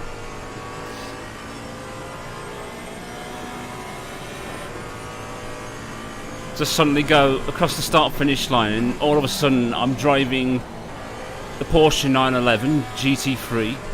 It'll just magically switch to. In fact, that's something I might try in the future, Lauren, Elliot, if you're both watching. You know, I'll practice my wizarding skills to see if I can transform the Porsche Cayman into a Porsche GT3. Can you even drive it without burning your hands? That's it, yeah. Driving without my hands. I somehow can operate the pedals without my feet as well. Drive around the circuit without any eyeballs.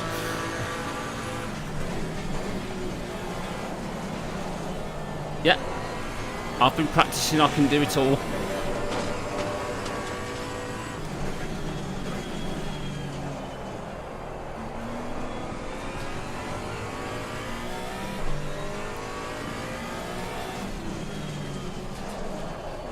So going through Graham Hill Bend, maybe for the penultimate time, I think, considering how close the race leader is behind us. Although, no, hang on. 4 the seconds. next, yeah, I'm just trying to think. I think the next lap might be the penultimate lap for us, whereas it might be the final lap for Dixon. So, yeah, the next lap will definitely be the penultimate lap. Yeah, unless you let him pass. Nah, it's all right. We'll have one final tour to add on. Why not?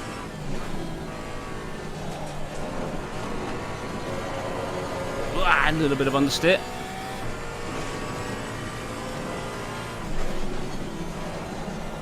Oh, the penalty is behind you. Oh, for the car behind us. I've had a penalty right now. Damn, what a pity. Take for the car in front. Are you kidding? Nah, we wouldn't want to wish that on anyone.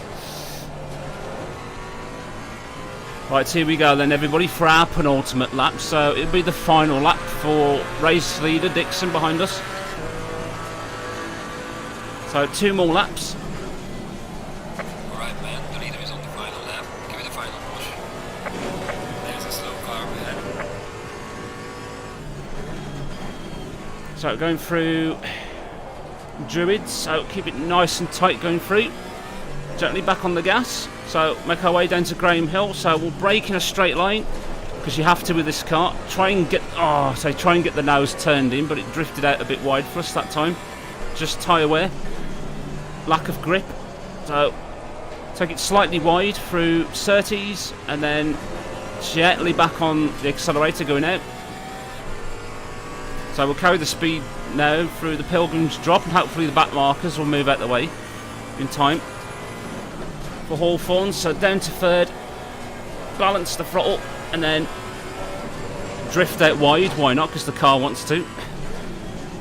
So it's just a bit of understeer now. So especially going through there. Oh, that's slippy. Through Westfield. Kutaya. Come on, Kutaya. Left. Clear on the left. Thank you. Eventually, a bit wide through Sterling's. So coming up to the final corner now through Clark. So we'll brake before the 1 marker down to third. Aggressively back on the accelerator. Try not to get on the gas too early because the car can drift wide through there very easily. So across the start finish line for our final lap. So not too far behind. Finish the race. There we go. Yeah. So huge congrats to Dixon and his team for winning that one. That was a close shave. I could just see him drifting back on the racing line. I thought, can I make it past without lifting? Just about. So for the final time through Surtees, there we go. Just about got it right that time. Obviously the car's trying to fight for grip. Now having less rubber on. So down through the Pilgrim's Drop for the final time, and then through Hawthorns down to third gear. Keep it nice and tight. Balance the throttle. Mash the accelerator on when you can find the right point. Westfield, cut a little bit of the inside. Obviously we can't drift too wide through the latter part because of it being slippy in these conditions.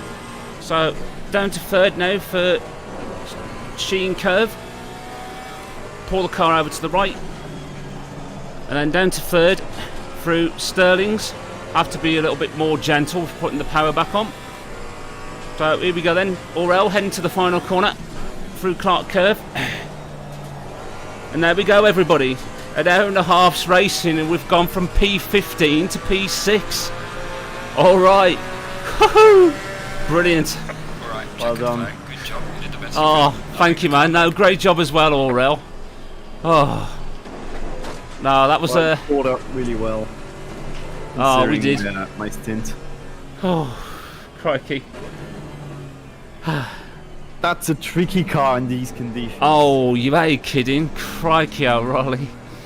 I mean, you did really well in your opening. I could see how twitchy it was in the opening stint, and you did really well for that. You didn't spin, which is the important thing. Yeah. So, now, despite having a 15-second penalty throughout, we've done it, folks. P6. Brilliant. Ooh, we only had 21 seconds to P5, so We did in the end, yeah. Crikey. it would have been close It would have been. without the penalty. Without the penalty and the damage, We could have we been would have been fighting P5. for fifth. For fifth, yeah. We could have been one position higher, but it don't matter. I think we've done the best with, you know, the circumstances in that one. Yeah, absolutely brilliant. It was still a good race. Thank you, everybody. Really appreciate all your comments and your support throughout the entire race and for the end as well. It was a great result for us in that one. So we hope that you all enjoyed that one very much. We certainly did. To made up 11 places in the race. It's been control still dishing penalties. Still dishing penalties, yeah. Don't worry. Calm down, folks. Calm down. It says to do burnouts. I'm not sure burnouts is entirely possible in this car, but let's see if donuts are possible. So if I go down to first, traction control off. That should be off completely. Oh god, they're all spamming burnout. Hang on. Right.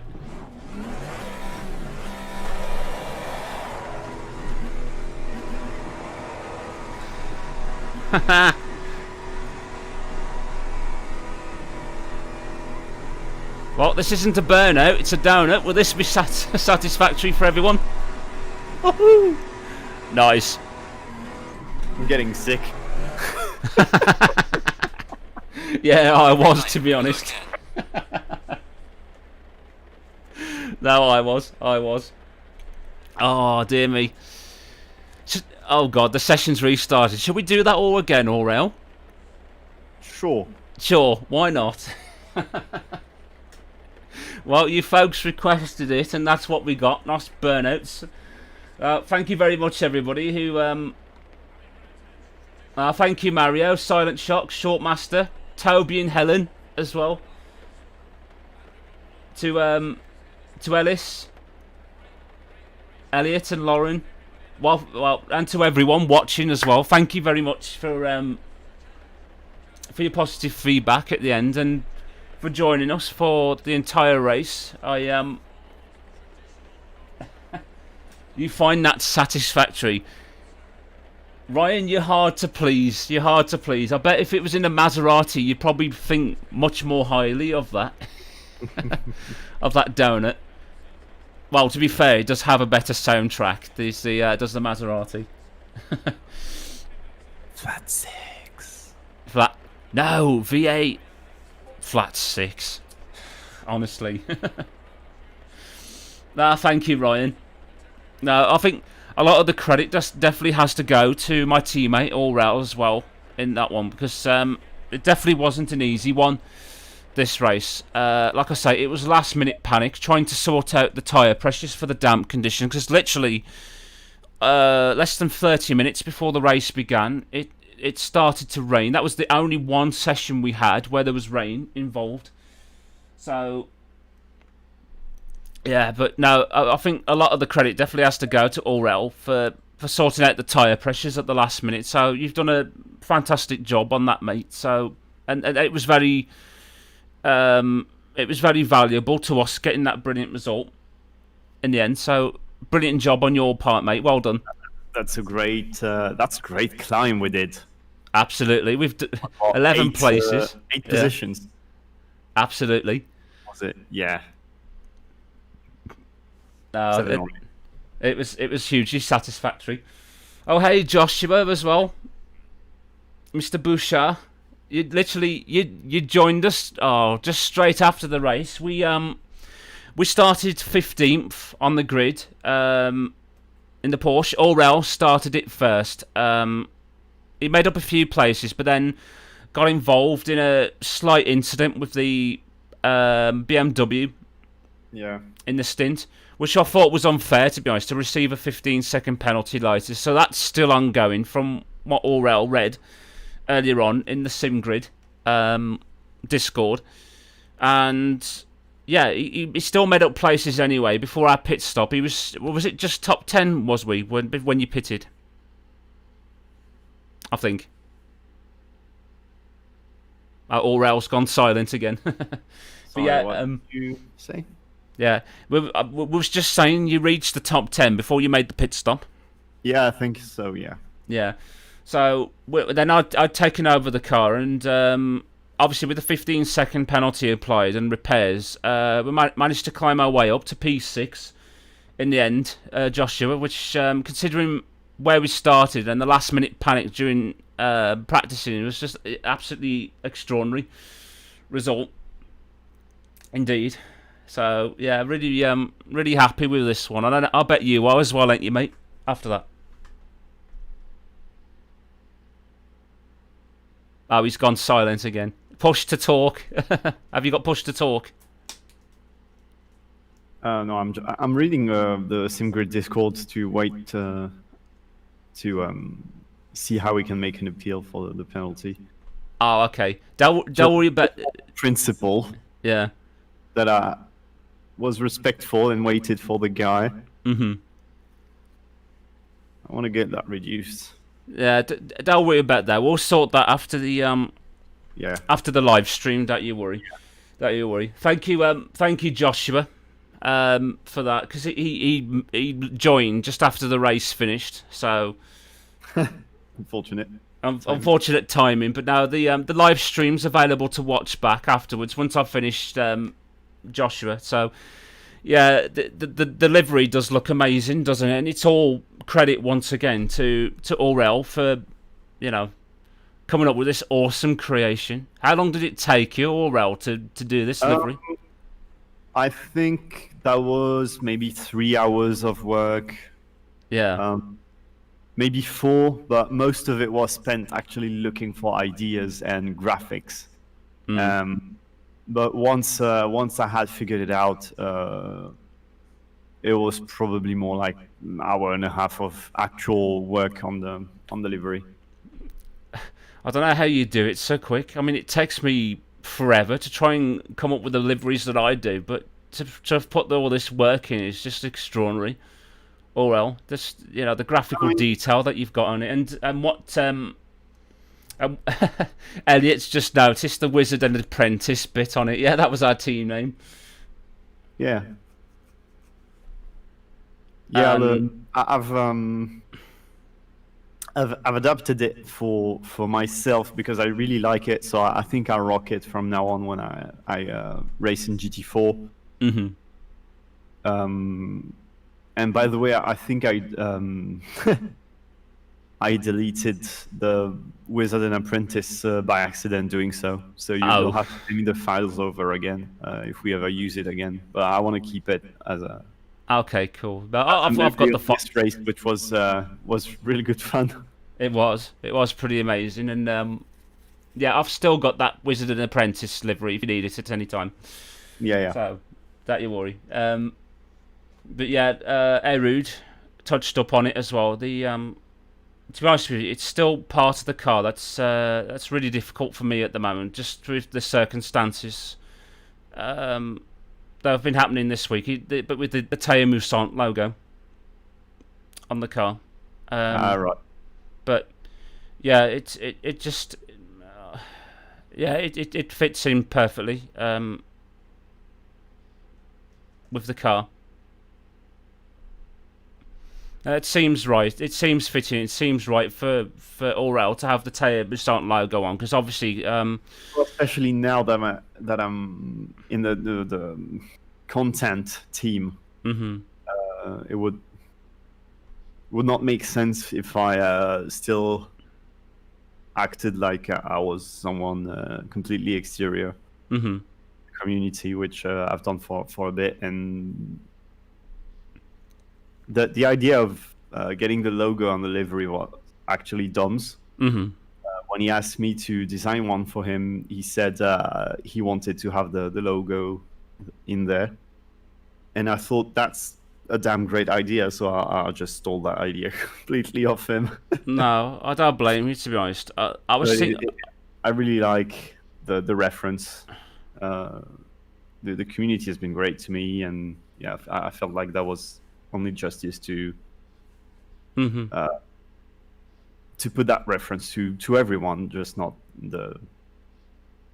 Taya and Jeff, but really everyone involved in the Discord and the races and everything. They really got me a place where I feel at home and stuff. So yeah, that was the point that I was just going to touch up.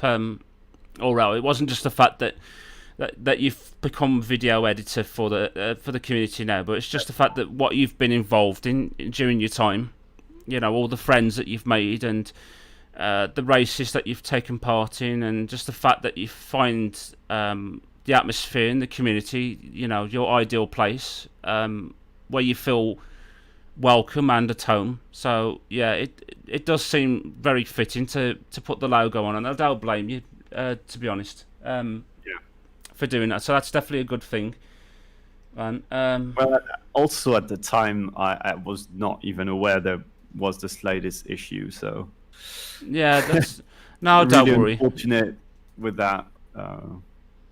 Of course, the goal was not to upset you at all with this. No. Obviously, you know, at the time, you know, I didn't know that all this was going to blow over, and I would had to make the difficult decision to leave. But yeah, it still hurts a little bit every time I look back on the car. Not just because of what happened, but just because of, you know, all the good memories that I've had in the community, and particularly all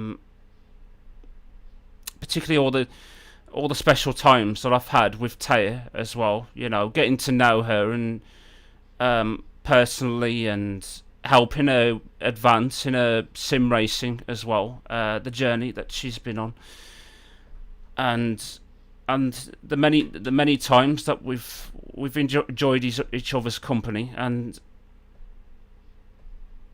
that's something that I'm gonna miss a lot. It's just difficult at the moment to just to put everything into context about it. But yeah,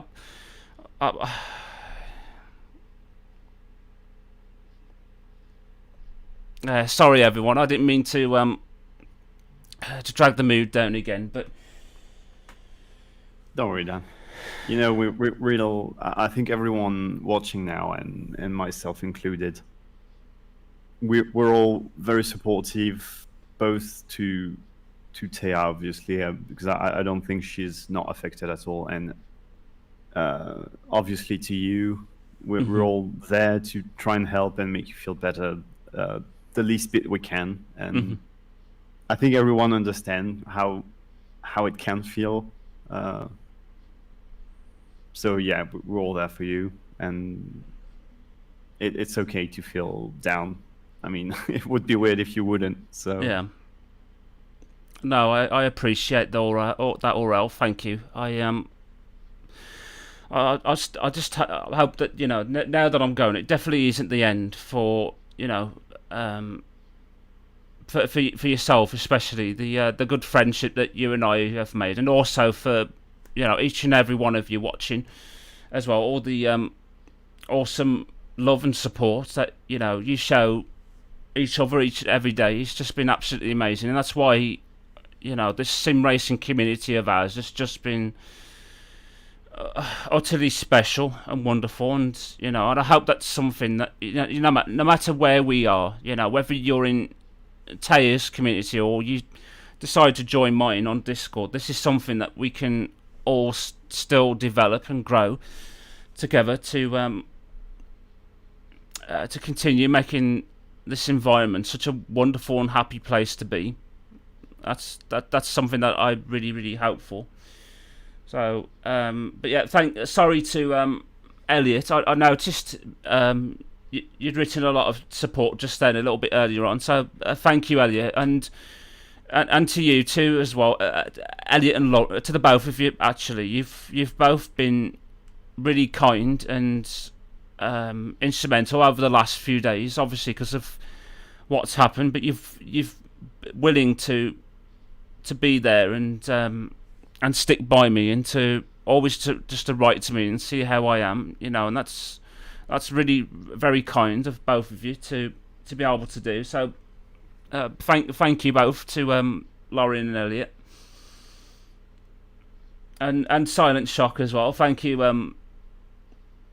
Yeah, it always is difficult, to be honest. I did consider whether to continue with content creating this week, but as I say, I didn't think it would be fair on Aurel if I decided to pull out at the last minute and not do this race at all. And to be honest with you, I'm really glad now that we didn't, because we've literally, as you witnessed, we've had a really excellent race as far as we could. There were a few moments in there, of course, obviously we're adapting to the conditions and trying to understand how this car works in damp conditions, something we haven't done before. But I think, considering the pressure that we'd been under, trying to prepare, I think we can be extremely pleased with this race today, man. And I can definitely, be proud of your efforts today, dude. You had a difficult task on your hands as well.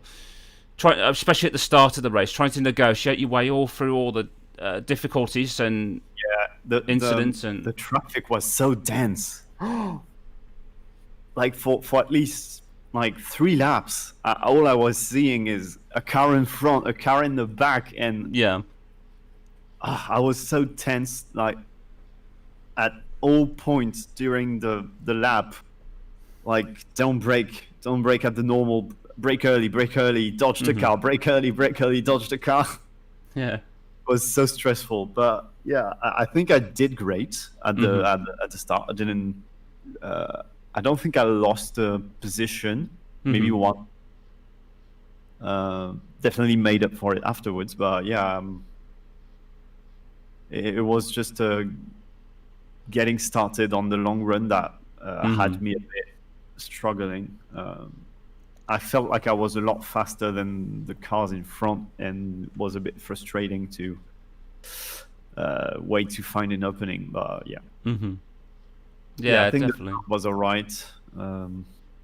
Still happy about my race. I mean, I got the car through. I didn't crash, didn't spin. Just had a little love tap with someone, and that's it. So that's it. Yeah, still a good experience, considering my lack of. That's all right, dude. You did really well there. You showed off some of your drifting. Sorry. I just watched the replay. We actually started 15th. Yeah, we started 15th. 9 places. Yeah, that's pretty bloody good. Yeah, it was pretty awesome, wasn't it? No, you did really well today, man. And yeah, so sure that some people were, mentioned a few times in the stream. You were showing off your drifting skills. Yeah, quite literally. No, well, you don't. It really helps keeping the car on track. It does. Oh, thanks everybody. I'm just seeing all the comments and also the mage, the wizard emojis as well. Well, thank you everybody. It's not just. I mean, there's a whole load of factors that make this such a wonderful journey to be on. And it's you guys, the audience watching at home, that definitely makes this really whole experience so magical and special as well. Oh god, I just said magical and there's like wizard emojis. Oh god, scripted, perfectly scripted indeed. No, thank you. Oh, thank you, Mike, as well. You'll have to let us know, dude, later on how you got on in your race. Because I think he was competing with Anders as well, if I remember rightly, in this event. So you definitely have to let us know, dude, how you got on in it. Right, I'm getting a bit tired now, to be honest. I think it's more the emotional side of things more than anything. Well, I'm feeling exhausted. So. But no, the race was brilliant, and I thought, as usual, it didn't go well for you, Mike. Oh, I'm sorry to hear that, bud. Mind you, was you in the same split as us? I can't remember, because I know that there was originally 4 splits, but because of the lack of interest, they've had to drop it down to 3, I believe. Yeah. So I wasn't sure whether you'd be in our split or in one of the other ones. So, but just before we get to this last little segment, if you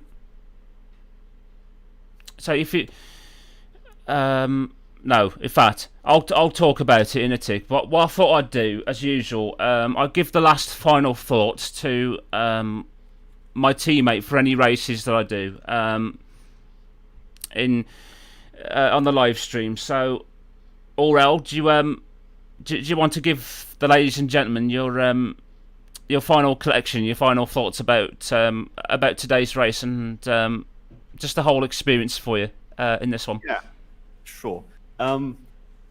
Yeah, that was a very rocky start. Noticing 20 and some minutes before the start that it wasn't a dry race necessarily, and was a bit frightening setting up for damp and wet right before it. So yeah, it was a bit stressful, but we had it on time. I was a lot more collected than I expected. With the SimGrid races, I'm usually a bit stressed and anxious, and with the heart beating and everything. But I was, for some reason, way more relaxed today. So I'm seeing improvement there, which is really, really good. Yeah, I'm really glad I raced with you today, despite the circumstances outside of the game and such things. I'm glad you could pull through and be there for the race. Really meant something that you cared this much. And yeah, final thought that goes to you as well. I really like having these 90 minutes race one-offs with you. So if you're liking the idea, I hope we can race the next one together as well. Yeah, I definitely like that. To be honest, granted, there is a one. Providing they're less chaotic and less damp. Yeah, I think they will make another GT3 one, because the GT4 doesn't seem to have as much like engagement, levels. But considering the success of the Kyalami race last time, I think they'll probably host another one sometime. Hopefully, yeah. Hopefully. I really hope so. Yeah, he does, doesn't he, Anders? He does sound like Charles Leclerc. It's a pity you didn't do that last part of the statement in his voice then. But yeah, quite literally, you are witnessing what Aurel sounds like. What we've been stating all along, that he does sound like Charles Leclerc. Crazy, because I don't hear it that much. No, when he talks, I don't hear myself at all. No, I think when you speak English, you got less of a French accent when you talk, but when you have more of your French accent kicking in, then it's definitely obvious as to what it is. Doing a clear impression of him, I do lift my voice a bit more to get the same kind of timbre he does. Yeah. And yes, as a result, you have something really closer to Charles Leclerc. Yeah. I couldn't live without doing it a bit. No. After all, it's a gift to be able to do the French accent so well. We're only less than 100 million people on Earth to be able to do it, because very small country in the end, considering billions of people on Earth. That's true. But yeah, enjoy people hearing someone that drives for Ferrari. Yeah. One, I don't know, man. Everyone seems to enjoy it, so I might as well do it ever so often. You do, and you never know. You could be a career choice for you. You could earn money as a Charles Leclerc impersonator. Dear me. No, that's absolutely brilliant. No, you did really great today, Aurel. Well done on a super job, bud, in this one. And yeah, I felt that I didn't want to let you down by not turning up at all, because I know you was really looking forward to this race. So I wanted to do it just for you, bud. And in the end, I think it all paid off with such a great result. Yeah. So it could definitely be really, really happy with that for today's race. So Right, on the... it does, don't it? Don't he, Ellis? Yeah. Yeah, EC underscore TV. He said he does sound like... You do sound like a lot like Shell. Yeah. So it was absolutely brilliant. Anyway then, folks, I think we'll end today's live stream, I think. I do apologise for not being my usual self and weeping a little bit at the beginning of the stream. Obviously, you know, because of everything that's been going on this week, it's been extremely difficult, and I'm not gonna lie, I'm not gonna sugarcoat it. It's gonna take a while for me to try and get back into the swing of things properly. So hopefully soon, you know, I'll be bright as rain, back to normal in no time at all. But if you have enjoyed the live stream, folks, it'd be really appreciative if you hit the like button as well. Hit the subscribe button if you haven't already to the channel, and hit the notification bell icon so you can be notified of future live streams. And like I say, I have a brand new Discord open, so if you guys want to join in, you're more than welcome to. There's a link in the video description. Anyway, if you want to join, and tomorrow I'll be hosting a community race in Assetto Corsa Competizione around Spa-Francorchamps. So if you would be interested in doing that, if you want to drive with us around Spa, then you can find all the details in the Discord of the community event happening tomorrow. And also, unfortunately, Anders couldn't connect. Sorry to hear that, Mike and Anders. I was hoping you guys would have a good race, but sorry that it didn't go so well for you. We'll hope for better fortune for you guys next time, for definite. You know, look forward to the next one. That's all I always say. It doesn't always go well, unfortunately, but it gives you an opportunity then to go and look forward to the next venture, the next race, which is for us tomorrow in the community one. So, until the next live stream, folks, until tomorrow, thank you all very, very much for being here and for your massive support today, for myself and Aurel, but also, you know, obviously because of the difficulties today. I really do appreciate and love you all very, very much for, you know, your kindness and your huge support and encouragement. It really does mean a lot to me, especially to get through bad moments like this. So, thank you everyone for being absolutely awesome. Really appreciative. It does mean the absolute world to me. And it's absolute pleasure to be able to get to know each and every one of you in this brilliant community of ours. So, until tomorrow, folks, until the next venture, the next live stream, I hope you'll enjoy the rest of your Thursday, wherever you are in the world. Take care of yourselves, stay safe, and we'll see you all next time. Bye-bye, everyone. Take care. Say bye-bye, Aurel. Okay, don't say bye, Aurel. Anyway, bye-bye, everyone. Take care.